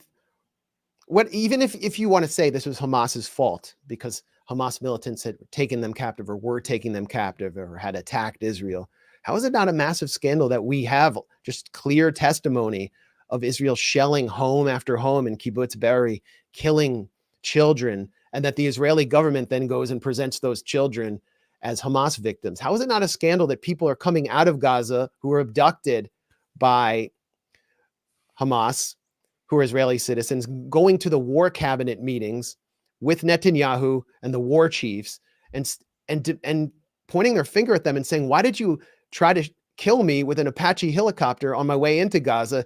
And why do you all keep bombing all around us? Do you want to get us killed? Well, how is that not a huge scandal? It's just something that so the only way the US media will touch it, this is always the case. Whenever our reports get into mainstream media, it's to attack us for daring to write the reports. It's like Kit Clarenberg's blockbuster reporting on, the leaked emails showing that a British intelligence cabal, including former MI5, MI6 chief Richard Dearlove, was infiltrating the British civil service and sneaking out classified documents belonging to Theresa May in order to manipulate Brexit and destroy Theresa May. This should have been a huge scandal across the UK. Instead, when The Guardian reports it, they report, we think Russia may have gotten these leaked emails. And that's the only story. And then Kit gets interrogated for daring to break open this scandal. This is all the corporate media is just protectors of power. Now we see they're protecting the authors of the worst genocide of our time. And that's Liza Devoskin. That's her ultimate legacy. So we wanted you all to see that and know about that and hear her response to our questions and our concerns before we would talk to her. And if, I think if she had wanted to open up a frank and candid conversation, we would have been open to continuing. But one day we can put out a special compilation of all our favorite Grayzone live phone calls. I'm thinking of the time I think Alex Rubinstein spoke to someone from the National Endowment for Democracy and gave them a history lesson of their own organization's role in cooing foreign governments. And there was a time when I called up Mark Townsend of The Guardian after he printed that article claiming that I'm the most prolific spreader of disinformation on Syria. And of course, he couldn't offer That was me classic. one example. Forgot I about mean, that. we'll have a whole compilation one day. So you were trying to ask her. You were trying to ask her right when she hung up about her comments referring to Palestinians as a bunch of desert Bedouins, and then she hung up. Yeah, I mean, it's just so ridiculous. Before you try to write about this topic, you should understand the basic history. And what she was repeating there was just the mythical version of Palestine and the Zionist narrative that this is all just all just desert Bedouins inhabited this place before the Jews returned to their ancestral homeland to make the desert bloom. It's such a joke, such a joke.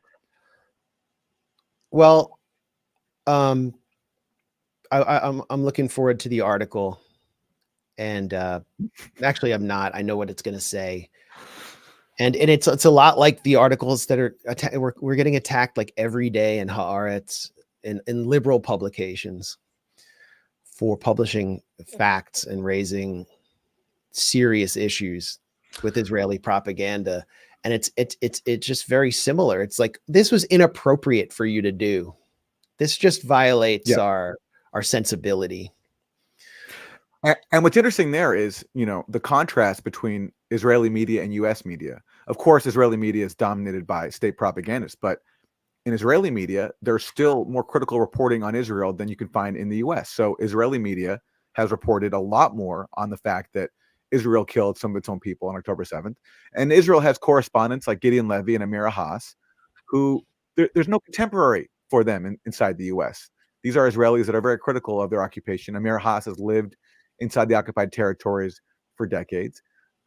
There's no comparable columnist in the U.S. media. There's not even, there's Amira Haas and Gideon Levy. There's not even one inside the U.S. The closest you can get is Peter Beinart, who occasionally writes the New York Times, but he constantly peddles to the Israeli narrative in ways that Gideon Levy and Amira Haas don't even do. So it just shows that in the U.S., it's a lot harder to report critically and just factually on Israel than even inside Israel itself. And not that Israel is a beacon of press freedom, of course it's not, but it just shows how corrupt and Orwellian our system is here, that it even outdoes Israel in its servitude to Israeli state power. And I mean, okay, go write for Haaretz or whatever, like the Jerusalem Post, or how does U.S. media think they can just get away with having like open Zionists leading their news coverage on Israel-Palestine at this point? Like people who are Israel advocates, whether it's Jake Tapper or Dana Bash or Liza Devoskin, like they don't allow Palestinians to operate except as fixers who share bylines with the white reporter from the US who puts everything into proper prose and brings in the Israeli voices and makes sure that the Palestinian narrative doesn't penetrate too deeply. That's the only way Palestinians can get into US media. The term fixer is actually so offensive. Like, the native is my little fixer. I mean, they're basically the producer. Yeah, who do all the work and get, yeah. All right. Well, should we move on?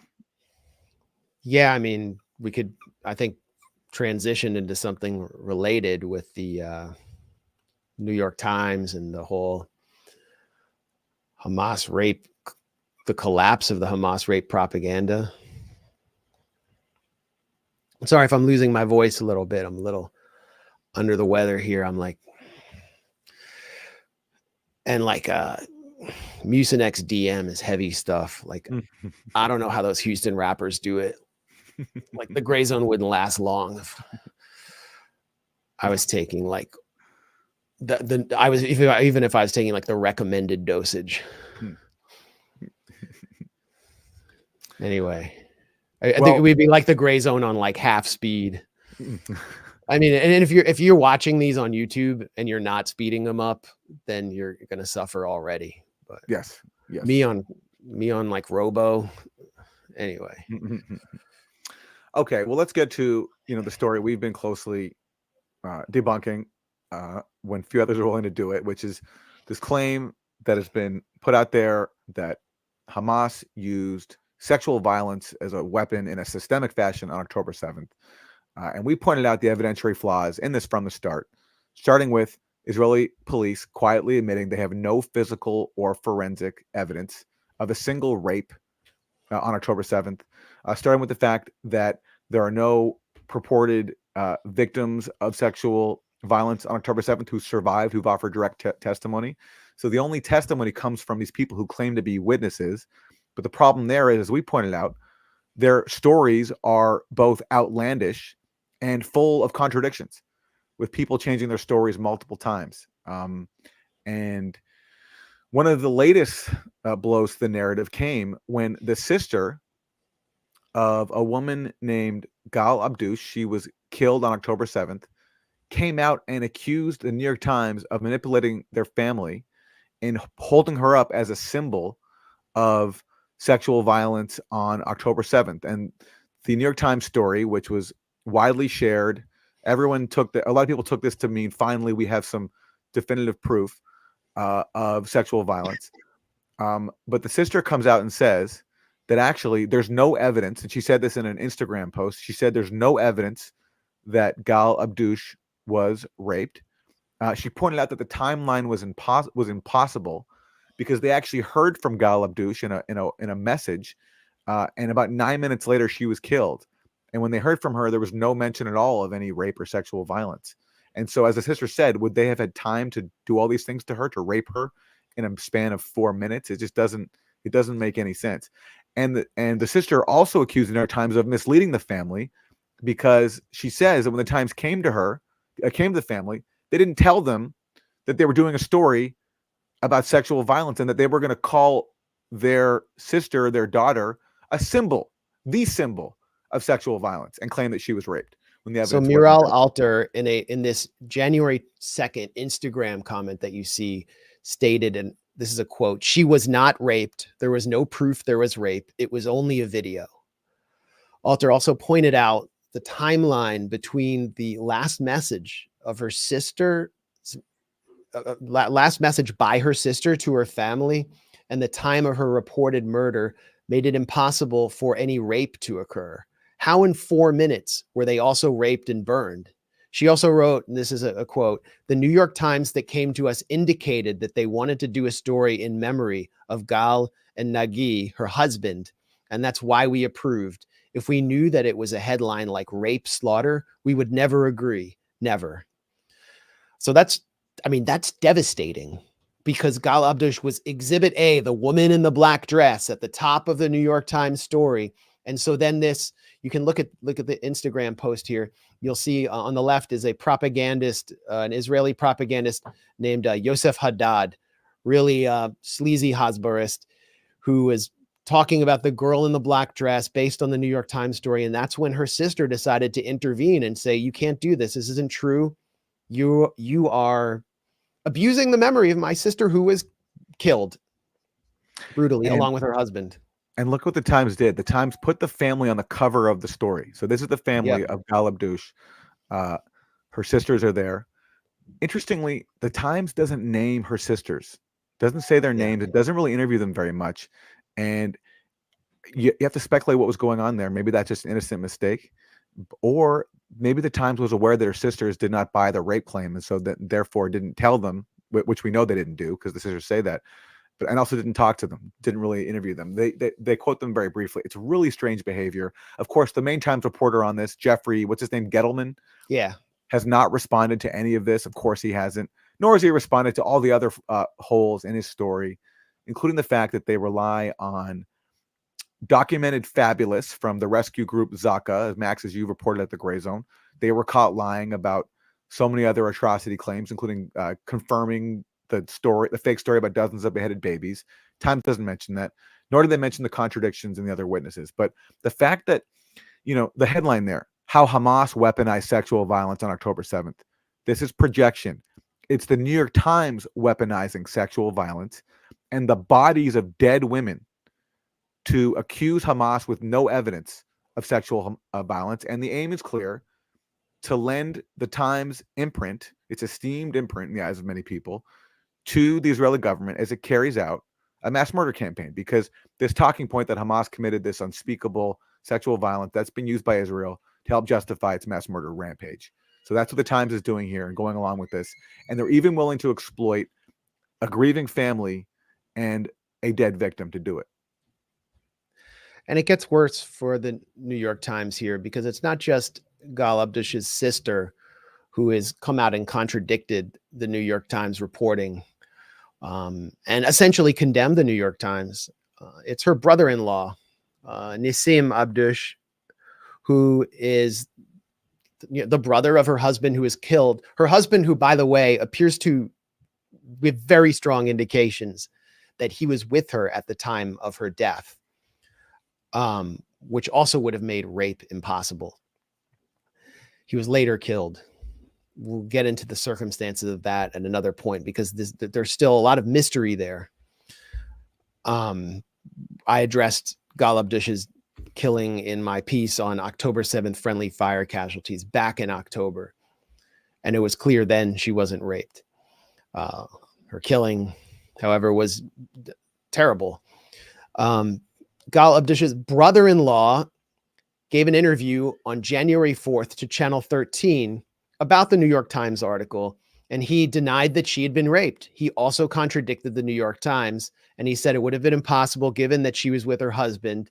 And he also went after the international press and said, they're going to sensationalize this story, but internally in Israel, we need to basically tell the truth, because if we're talking about this in Hebrew, the false claims of his sister-in-law's rape will do psychological damage, further psychological damage to her orphaned children. So he's basically telling the Israeli press, like, don't believe the New York Times, don't repeat their lies, but let them continue to say this to the world, because we need the support of America. We even have the mother made some interesting statements too. Her name is Eddie Bracha. Eddie Bracha told the Israeli publication Ynet that the first time they heard that her daughter had ever been raped was from the New York Times, and that the New York Times tried to convince them that she had been raped, but the Israeli police had never done so before. So this is crazy. This is highly unusual and manipulative behavior by Jeffrey Gettleman and these other journalists to actually come to a bereaved family that's vulnerable, that's grieving, and to tell them their daughter was raped and that the New York Times has assembled all this evidence, and then to convince the sister that the story would be just about the memory of her sister and not about her being raped as part of all this gigantic, lurid narrative of mass rape on October 7th. This is essentially the psychological abuse of a bereaved family. And where are the colleagues of Jeffrey Gettleman to call this out? Does anyone at the New York Times have a problem with this? Think of what a scumbag move that is by Jeffrey Gettleman. Okay. So slimy. Goes to a grieving family, vulnerable, going through shock, and has the gall to tell them something that Israeli police have no evidence for, and that is contradicted by all the available evidence that their daughter was raped before she was killed. And why does he feel the need to do that? Because he needs a narrative for his story. And the story is important because he put a lot of effort into this. They brag about how it was a very long investigation, spoke to dozens of people. This is a really they said like 150 people were interviewed. Yeah. What was it like? Did they go to like a mass wedding or something? Like what? And it's how do obvious you do that and write such a crappy story. And the signal was given when they brought out Hillary Clinton, when Tony Blinken testified in the Senate, and you reported on this, Max, when he testified, parroted the lies of Zaka about atrocities. They needed this to give the public something that could justify Israel's help justify Israel's mass murder campaign in Gaza. Because first of all, not only does it help justify it, but it also serves the task of distracting from looking at the actual ongoing atrocities that Israel's committing. And we're playing into that in some ways by still talking about it. Really, these claims should have evidence. If you can't have evidence, it shouldn't even be discussed. But because there's so much deception going on, it's important for us to debunk it. But the purpose was to distract from the actual atrocities that Israel's committing, and the actual unspeakable atrocities that are ongoing, that didn't just happen in one day on October 7th. And That doesn't mean there weren't atrocities by Hamas on October 7th, but October 7th is now 3 months ago, and the atrocities are going on every single day with our support. And rather than stopping it, the Biden administration needs narratives like this to continue it. And Haaretz has published this piece. Let's pull this up. This is great.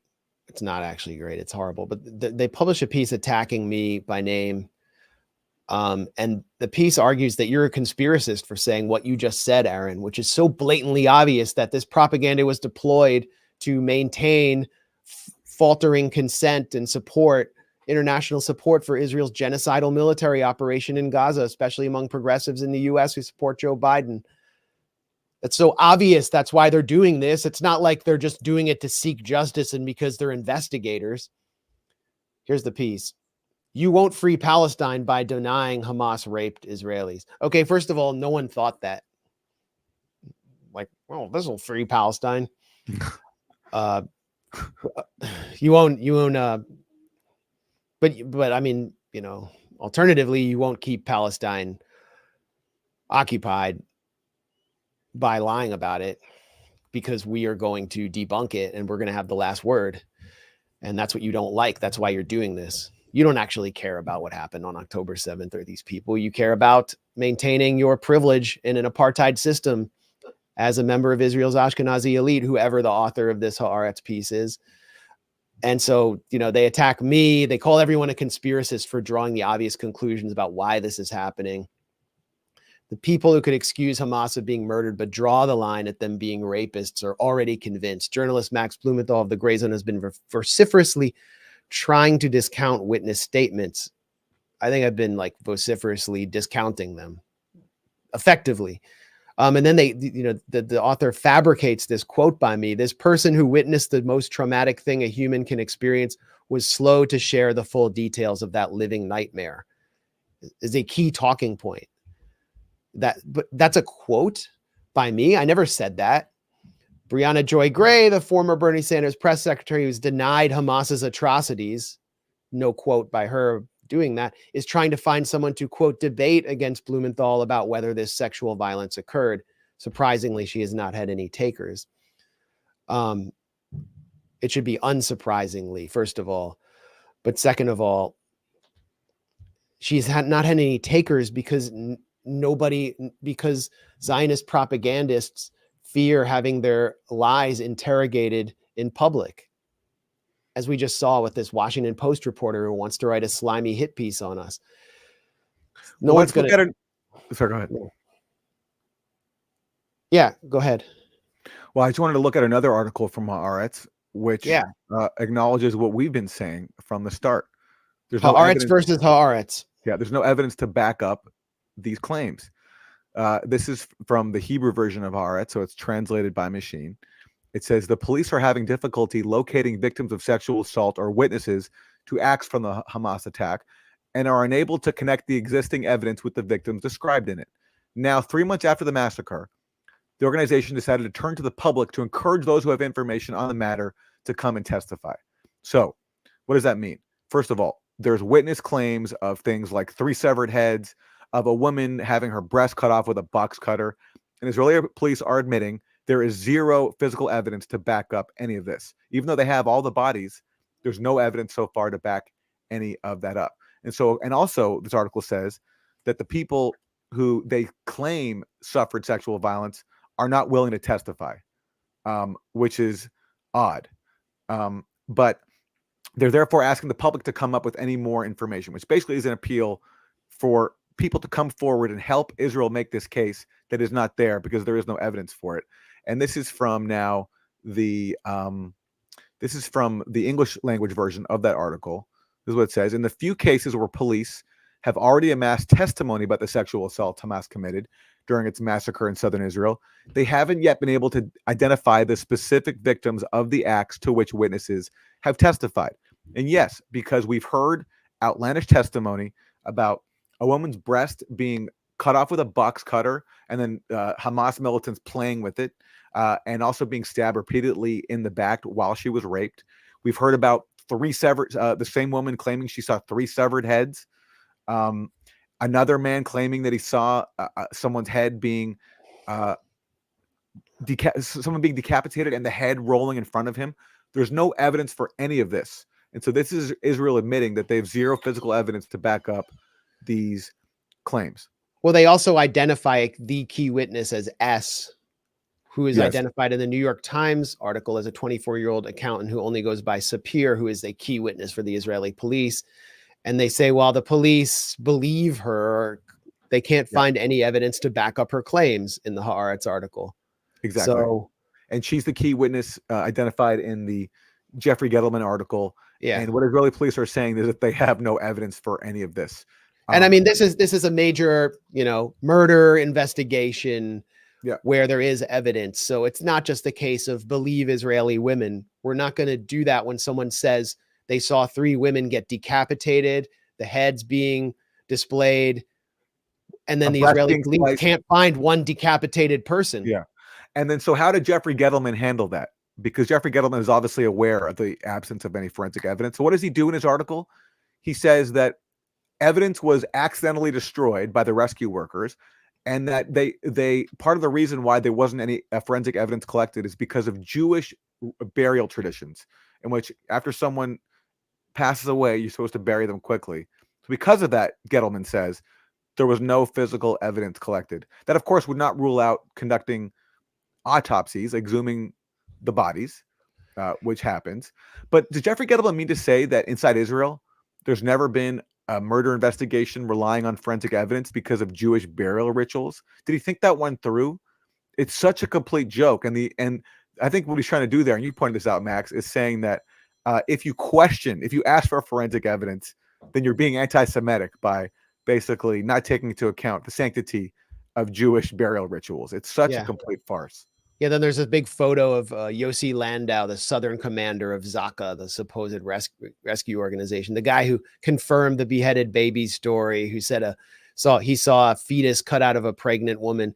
The caption of the photo is him lamenting that he didn't take any photographs and saying, "I really regret not having any photos."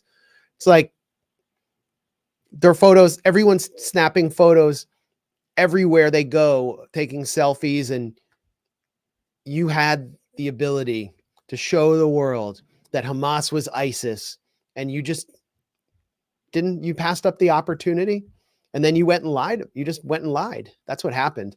So it's pretty clear that Jeffrey Gettleman and the New York Times manipulated a bereaved family and failed to vet their sources, who have been shown to be discredited and unreliable, and having changed their stories again and again. And it's also clear that the New York Times editors are protecting their staff from scrutiny of one of the most invidious pieces of journalistic malpractice since Judith Miller and WMD.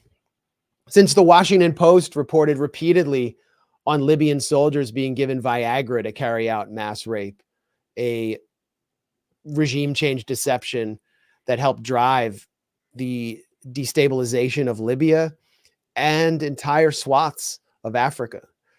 I mean, the U.S. media is complicit in genocide. They're complicit in consolidating political support for genocide with these reports. Well, that's a good segue to someone else. I don't want to segue yet. I want to point out one more thing really quickly, because there's a reference in that Haaretz piece to Brianna Joy Gray hosting me and trying to find someone to debate me. No one would debate me. It's on the Hill now. I don't know. I think it's still there. We had an interview yesterday about this. Excuse me. I broke it down, and ahead of our interview, there was a Zionist freakout, and a staffer at the Gold Institute, founded by Dori Gold, former advisor to Netanyahu, someone who said he's consulted for Marco Rubio and the Trump campaign, Matthew Brodsky, called for Brianna to be assassinated, and it seems like he's calling for her to be sexually assaulted.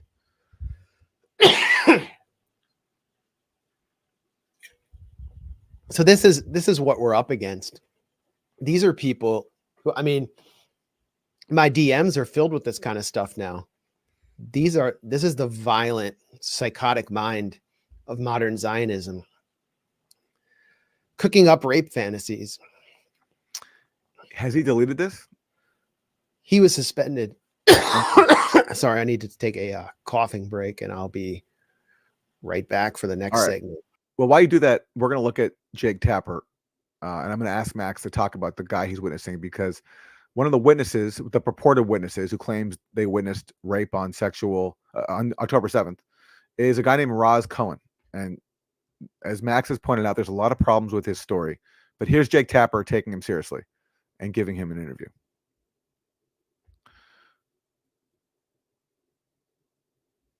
Witnesses is 24-year-old Roz Cohen, who attended the Nova Festival with his friends, and he survived.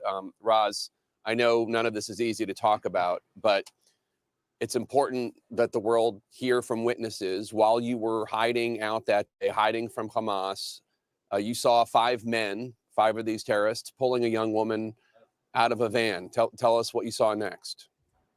I hide in the bush, and 30 meters from the bush, I saw a white van that arrived near the bush, and from the van, 5 guys, 5 civilians from Gaza. Normal civilians, as not soldiers from Nukhba's soldiers. It was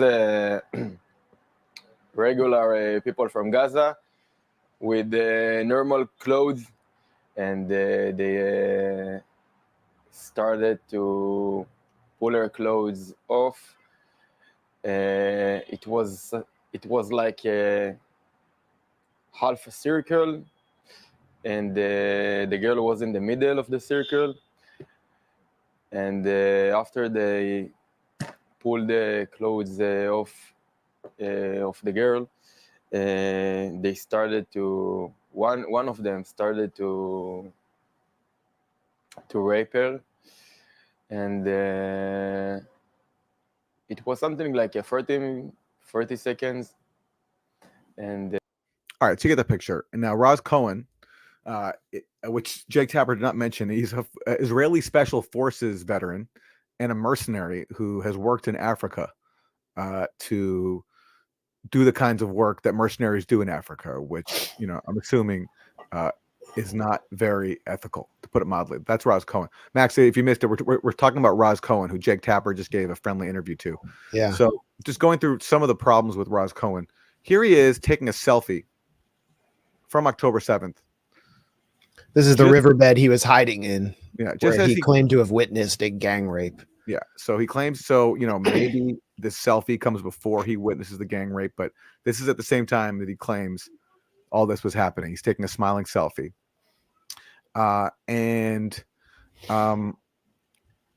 This is a thread from Victims of Capitalism Memorial Foundation. Roz's friend, Shoam Guetta, is the only other source the New York Times has as an eyewitness using their real names. But his account of the day doesn't include a single mention of witnessing rape, despite having recorded video in the stream bed. And what there's plenty of for both of them is self-promotion following October 7th, including a T-shirt from Shoam's fashion label, in which just 18% of the proceeds will be donated to victims. And there it is. And I think Roz Cohen's also taking part in a fashion show since October 7th. And, as you Truly pointed out, bizarre fashion show. Yeah, and as you pointed out, Roz Cohen's story has changed multiple times. So, for example, we don't have to show this, but this is from another thread that he gave an interview on October 9th, this one here, with Israeli television. We heard all the rockets. He doesn't mention sexual violence a single time in this interview on October 9th. Not once. So all of a sudden, he claims to witness this horrific rape.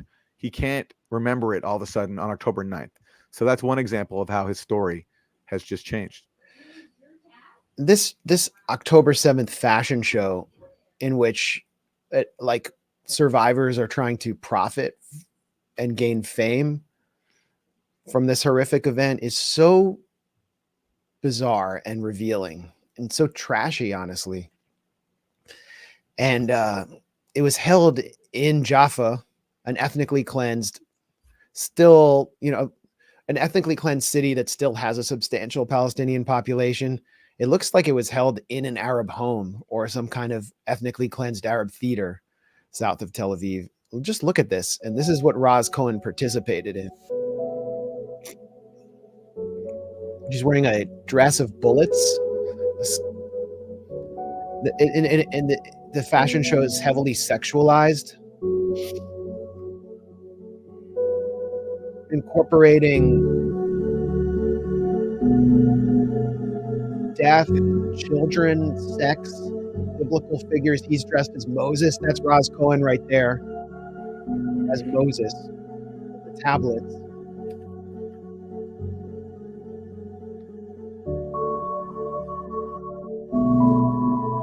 And that does look like an ethnically cleansed Arab home or theater. This is a woman simulating. How demonic was that? What is this? Just a bloody child, and the Israeli soldier is rescuing them, but the Israeli soldier is simultaneously killing children in Gaza. There's some very demonic vibes here.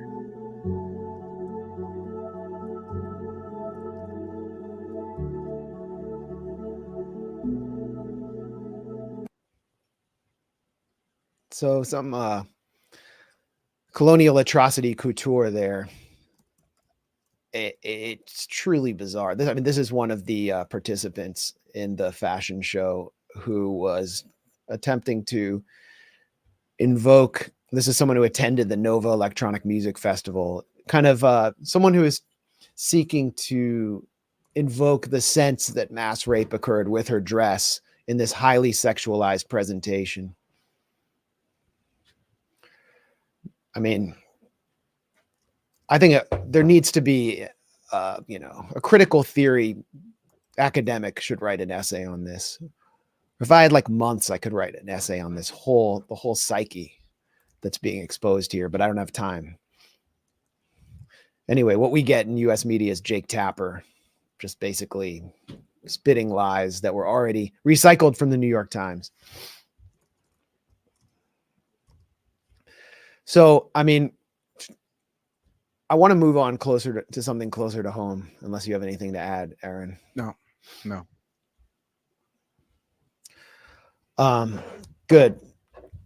Yeah, I think we should talk about Harvard.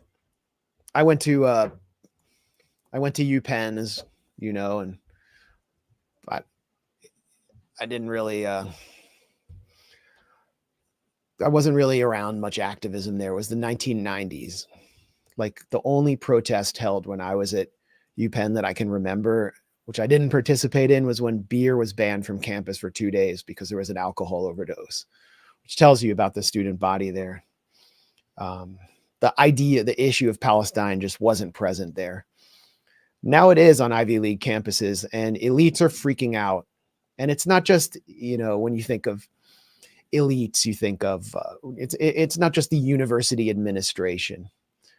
It's the people who really control the Ivy Leagues. And we've been able to gain a rare, intimate picture of who they are and a prism into their worldview and how politics really works in the US. I really see this as a microcosm of US national politics in so many ways.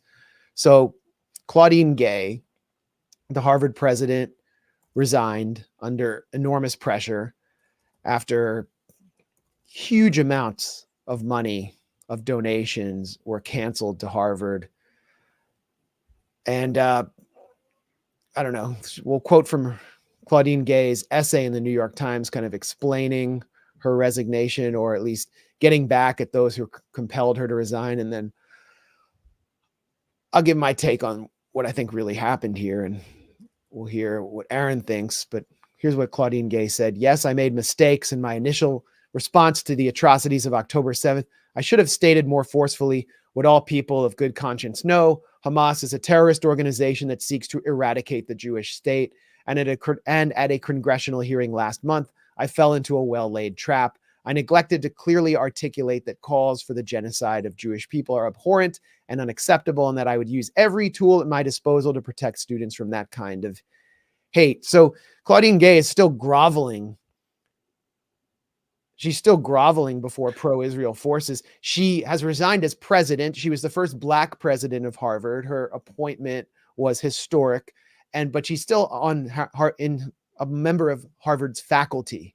So presumably she has to do this. Aaron, what do you think? Well, it's just such a joke. She recognizes that she walked into a trap, but she chooses to remain in it because the premise of the question that she got was a joke. The premise was basically that calling for Palestinian freedom, calling for intifada, which means resisting occupation, is equivalent to calling for Jewish genocide. So when Elise Stefanik asked her, can students call for genocide? What she should have said is that the premise of your question is a farce. And I don't accept it, because calling for Palestinian freedom is not calling for Jewish genocide. But because Claudine Gay is so intimidated by the establishment and donors, she couldn't bring herself to reject an obvious fallacy, something so basic. And so accordingly, she got herself in that trap, and she's still so intimidated that she still can't walk out of it. So she's choosing to remain inside the trap that she walked into. Yeah. So why is Claudine Gay behaving this way? I mean, look at what she did immediately after October 7th. There were demands to ban the Students for Justice in Palestine chapter at Harvard because they were chanting from the river to the sea, Palestine will be free. They're calling for the freedom of Palestinians. Here's what she does. Harvard President Gay announces anti-Semitism training, condemns pro-Palestine phrase from the river to the sea. She was like, could have been a member of the Labor Party under Jeremy Corbyn, with this kind of groveling, this pandering. So the headline should have been, Harvard President Gay defends free speech and diversity of thought, but that's not why she's president. And the anti-Semitism training board that she set up was transparently politicized. There were no anti-Semitism scholars on it because they likely would have supported the free speech of Students for Justice in Palestine. It was rabbis and advocates and activists and the kind of people the Israel lobby wanted on there, who ultimately resigned after her congressional testimony, which highlighted how mediocre she is and how just a complete lack of poise to stand up to these forces. But to understand why Claudine Gay is there, it helps us understand the broader forces at play. Claudine Gay was appointed under the watch of the senior fellow of the Harvard Corporation, the Harvard board, which oversees the massive endowment of Harvard. And that person is Penny Pritzker. Penny Pritzker obtained the position of senior fellow herself when she donated $100 million to Harvard in 2021. A few months later, she was made senior fellow of the Harvard Corporation. So that's how the Ivies work. And that's why she was there. And a year later, she appoints Claudine Gay, sort of historic. In the same way that Penny Pritzker's fortune helped propel Barack Obama from the Illinois State Senate, where he was virtually unknown, on a national level, to the presidency in about 4 years. Penny Pritzker was a major donor to Barack Obama's campaign and was rewarded with to be Secretary of Commerce, despite the fact that when she was on the board of Superior Bank in Illinois, which her tax evading father bought for $645 billion in government credits, it collapsed after a subprime scandal, which cost over 1,400 uninsured depositors their entire life savings and forced her to withdraw from her 2008 nomination. So Penny Pritzker remains at the top of the Democratic Party donor class. She really embodies the financial elite that's centered within the Democratic Party. She's since been rewarded by Tony Blinken as the special representative for Ukraine's economic recovery. She, which is code for the corporate looting of Ukraine. And she also is a pro-Israel donor. Here's her with Tony Blinken. This is someone whose family made their money through their ties to the mafia. and basically bought newspapers to promote themselves. So she also is a pro-Israel donor. After 1967, her family purchased or built a Hyatt hotel on near Mount Scopus on land stolen from Palestinians in East Jerusalem. And her donations are credited with denying Barack Obama the ability to maneuver anywhere outside the established confines of pro-Israel politics. So Barack Obama, the first black president of the US, Claudine Gay, first black president of Harvard, both depended on Penny Pritzker's money, a pro-Israel donor. They were both black faces, managerial class faces of the financial elite, the Democratic Party, essentially within the Democratic Party. Then along comes Bill Ackman. Bill Ackman from Pershing Capital, right-winger, closer to the Republican Party, hardcore Likudnik, Harvard alum who says he's going to pull all his money out and destroy Harvard unless they fire Claudine Gay. Bill Ackman was helping to support this entire anti-Semitism hoax that's been mobilized with hearings in Congress and press conferences with Jewish students who are actually pro-Israel, semi-professional advocates. And Bill Ackman claims that he oversaw a campaign to cost Harvard about $1 billion, which then led to Claudine Gay being ousted. And basically Penny Pritzker colluded with Bill Ackman, a fellow pro-Israel activist, to get rid of the first black Harvard president when she became collateral damage to this campaign. And the excuse was plagiarism. They had to cook that up, or not cook it up. I mean, there appears to be some basis for it, but they went looking for something they could use to get rid of Claudine Gay. Okay, and feel free to interrupt me at any time, Aaron. There are other donors involved in this that I think really show the forces at play here that I want to highlight. One of them is Idan Ofer. Idan Ofer is the major shipping magnate of Israel, and he too went to Harvard. Here's Israeli billionaire. This is Fortune magazine. Israeli billionaire Idan Ofer quits Harvard's board, blasting the school leadership's response to students' anti-Israel letter. Basically, he's mad that the Students for Justice in Palestine and all of the academics that supported them and their ability to organize on campus were not banned and punished, and that free speech wasn't shut down on behalf of a foreign apartheid state. Idan Ofer needs the U.S. to wage war on Yemen to protect his shipping empire because his profits are being hurt dramatically by the Yemeni blockade right now. So he has a vested interest. And there is also the moral beacon, which Harvard responded to, of Les Wexner. The Wexner Foundation cuts ties with Harvard after dismal failure to condemn Hamas. So this is who they're responding to, a real moral beacon in Les Wexner, the Victoria's Secret founder or CEO, who is all over the Epstein files. He was best buddies with Jeffrey Epstein. Epstein's private jet was flying in and out of Columbus, Ohio, where Les Wexner has his mansion. There are new revelations actually about Les Wexner in the Epstein files. Third batch of Epstein files shows a call from Les Wexner's wife, Abigail, to talk about something private.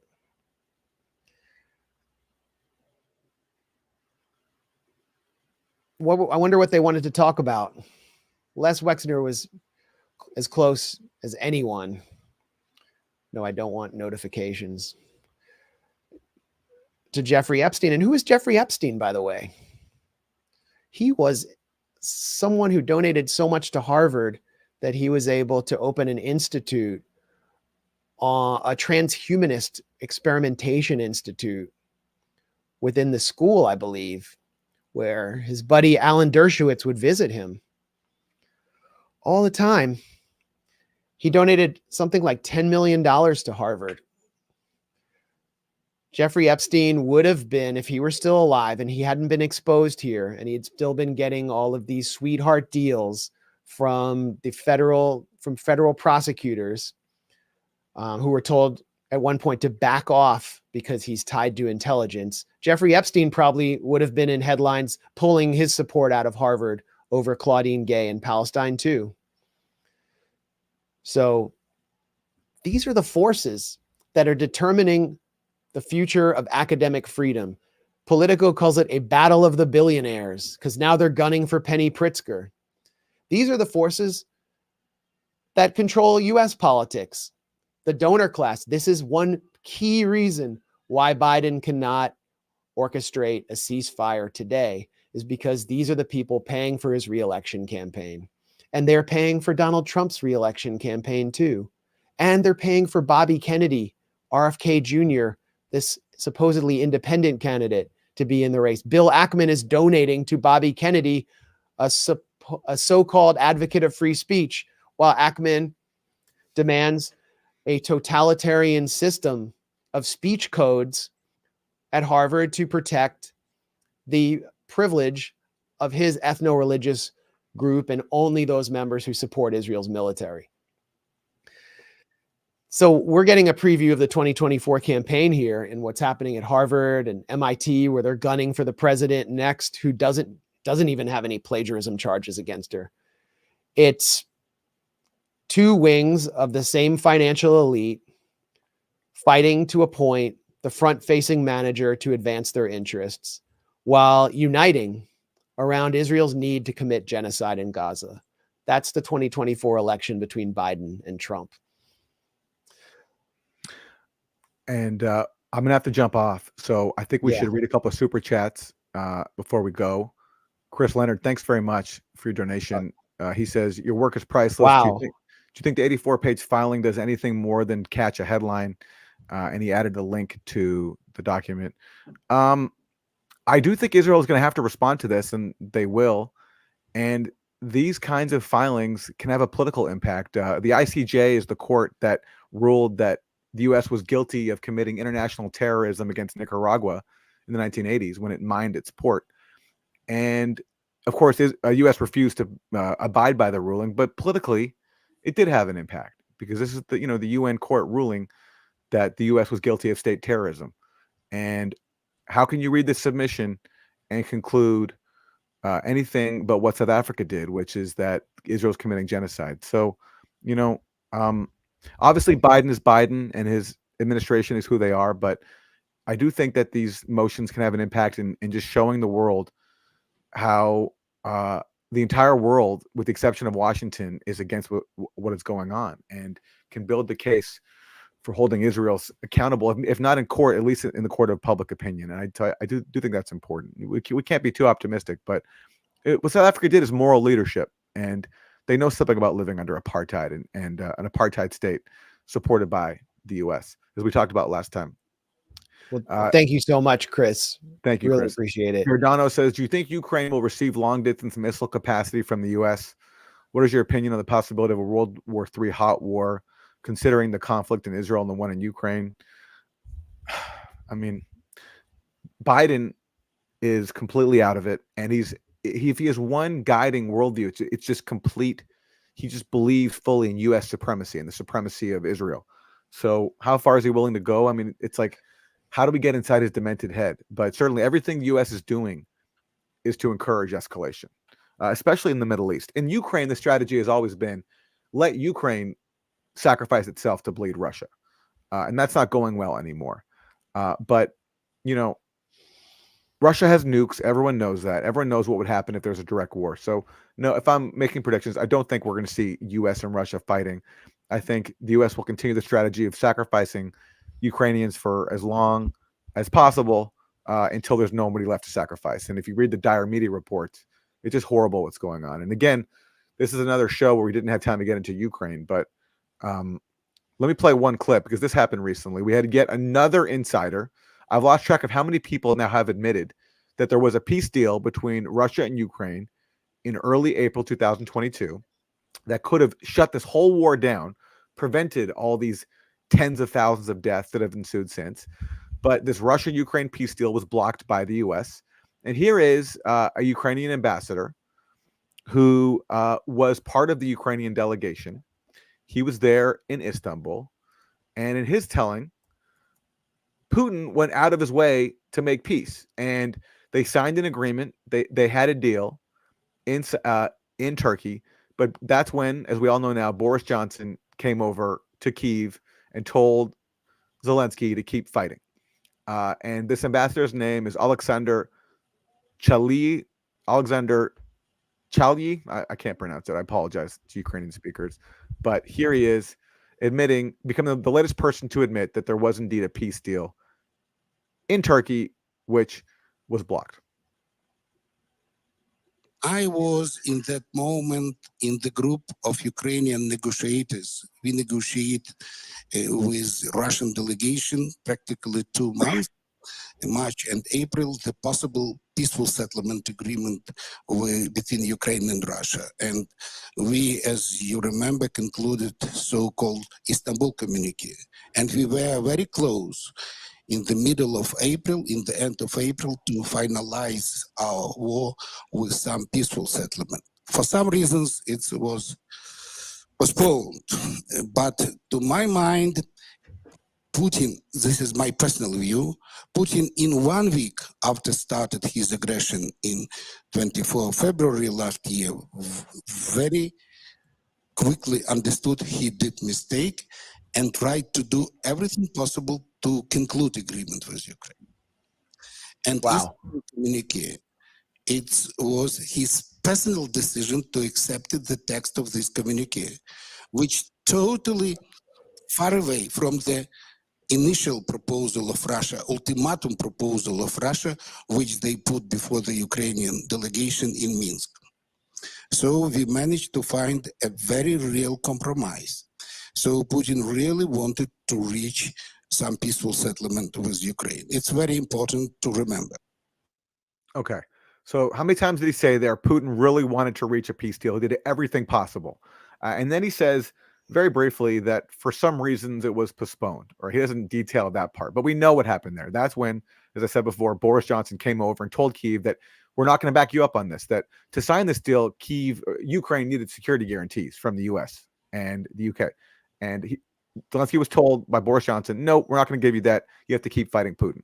And because Zelensky followed Boris Johnson orders, that's when Ukraine got this massive new influx of NATO weaponry, tens of billions of dollars, those big packages that everybody in Congress on the Democratic side voted for, including the squad, to reward Zelensky for his obedience in blocking this peace deal, in which this Ukrainian diplomat admits Putin did everything possible to make peace.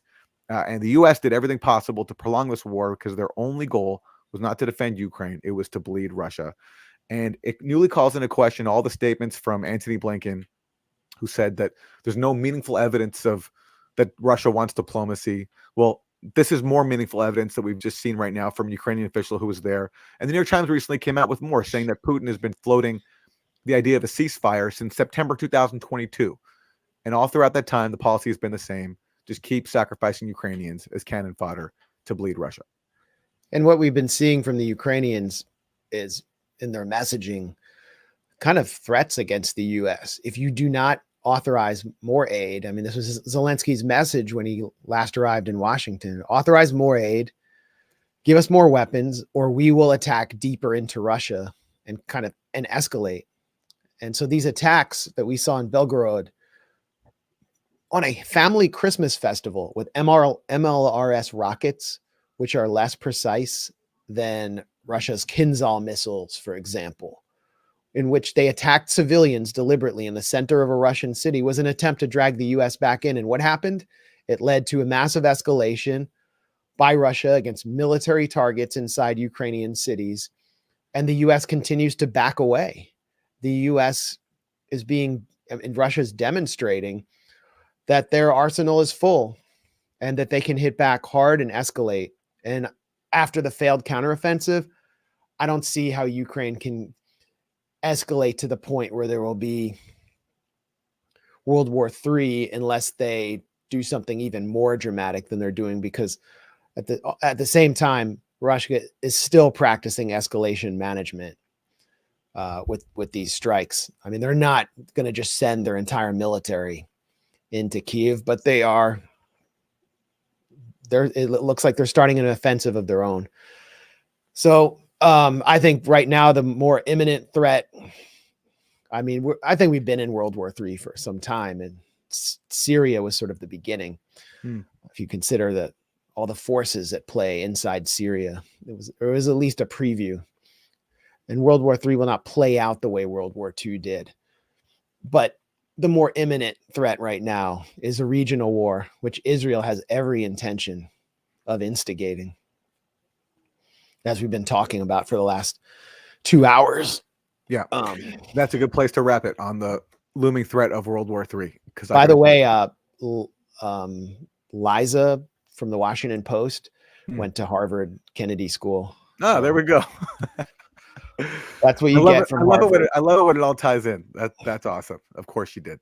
Of course. We wanted to play Alan Dershowitz blaming Hamas for himself being named in the Epstein files as someone who is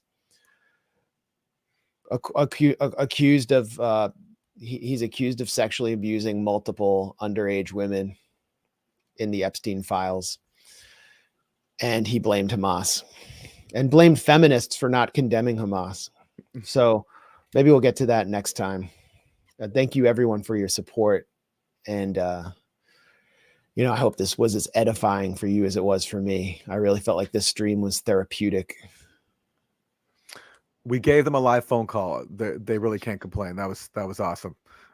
Thanks everybody for joining us. We appreciate it. Grayzone.com. Support the Grayzone. Like the stream, share it. We'll see you next time. Thanks for joining this edition of Grayzone Punked by the Grayzone, and we'll be donating all contributions to Aaron's Ukrainian lessons, so he can better pronounce Kyiv. Fair enough. Fair enough. All right. Peace. Peace, everybody.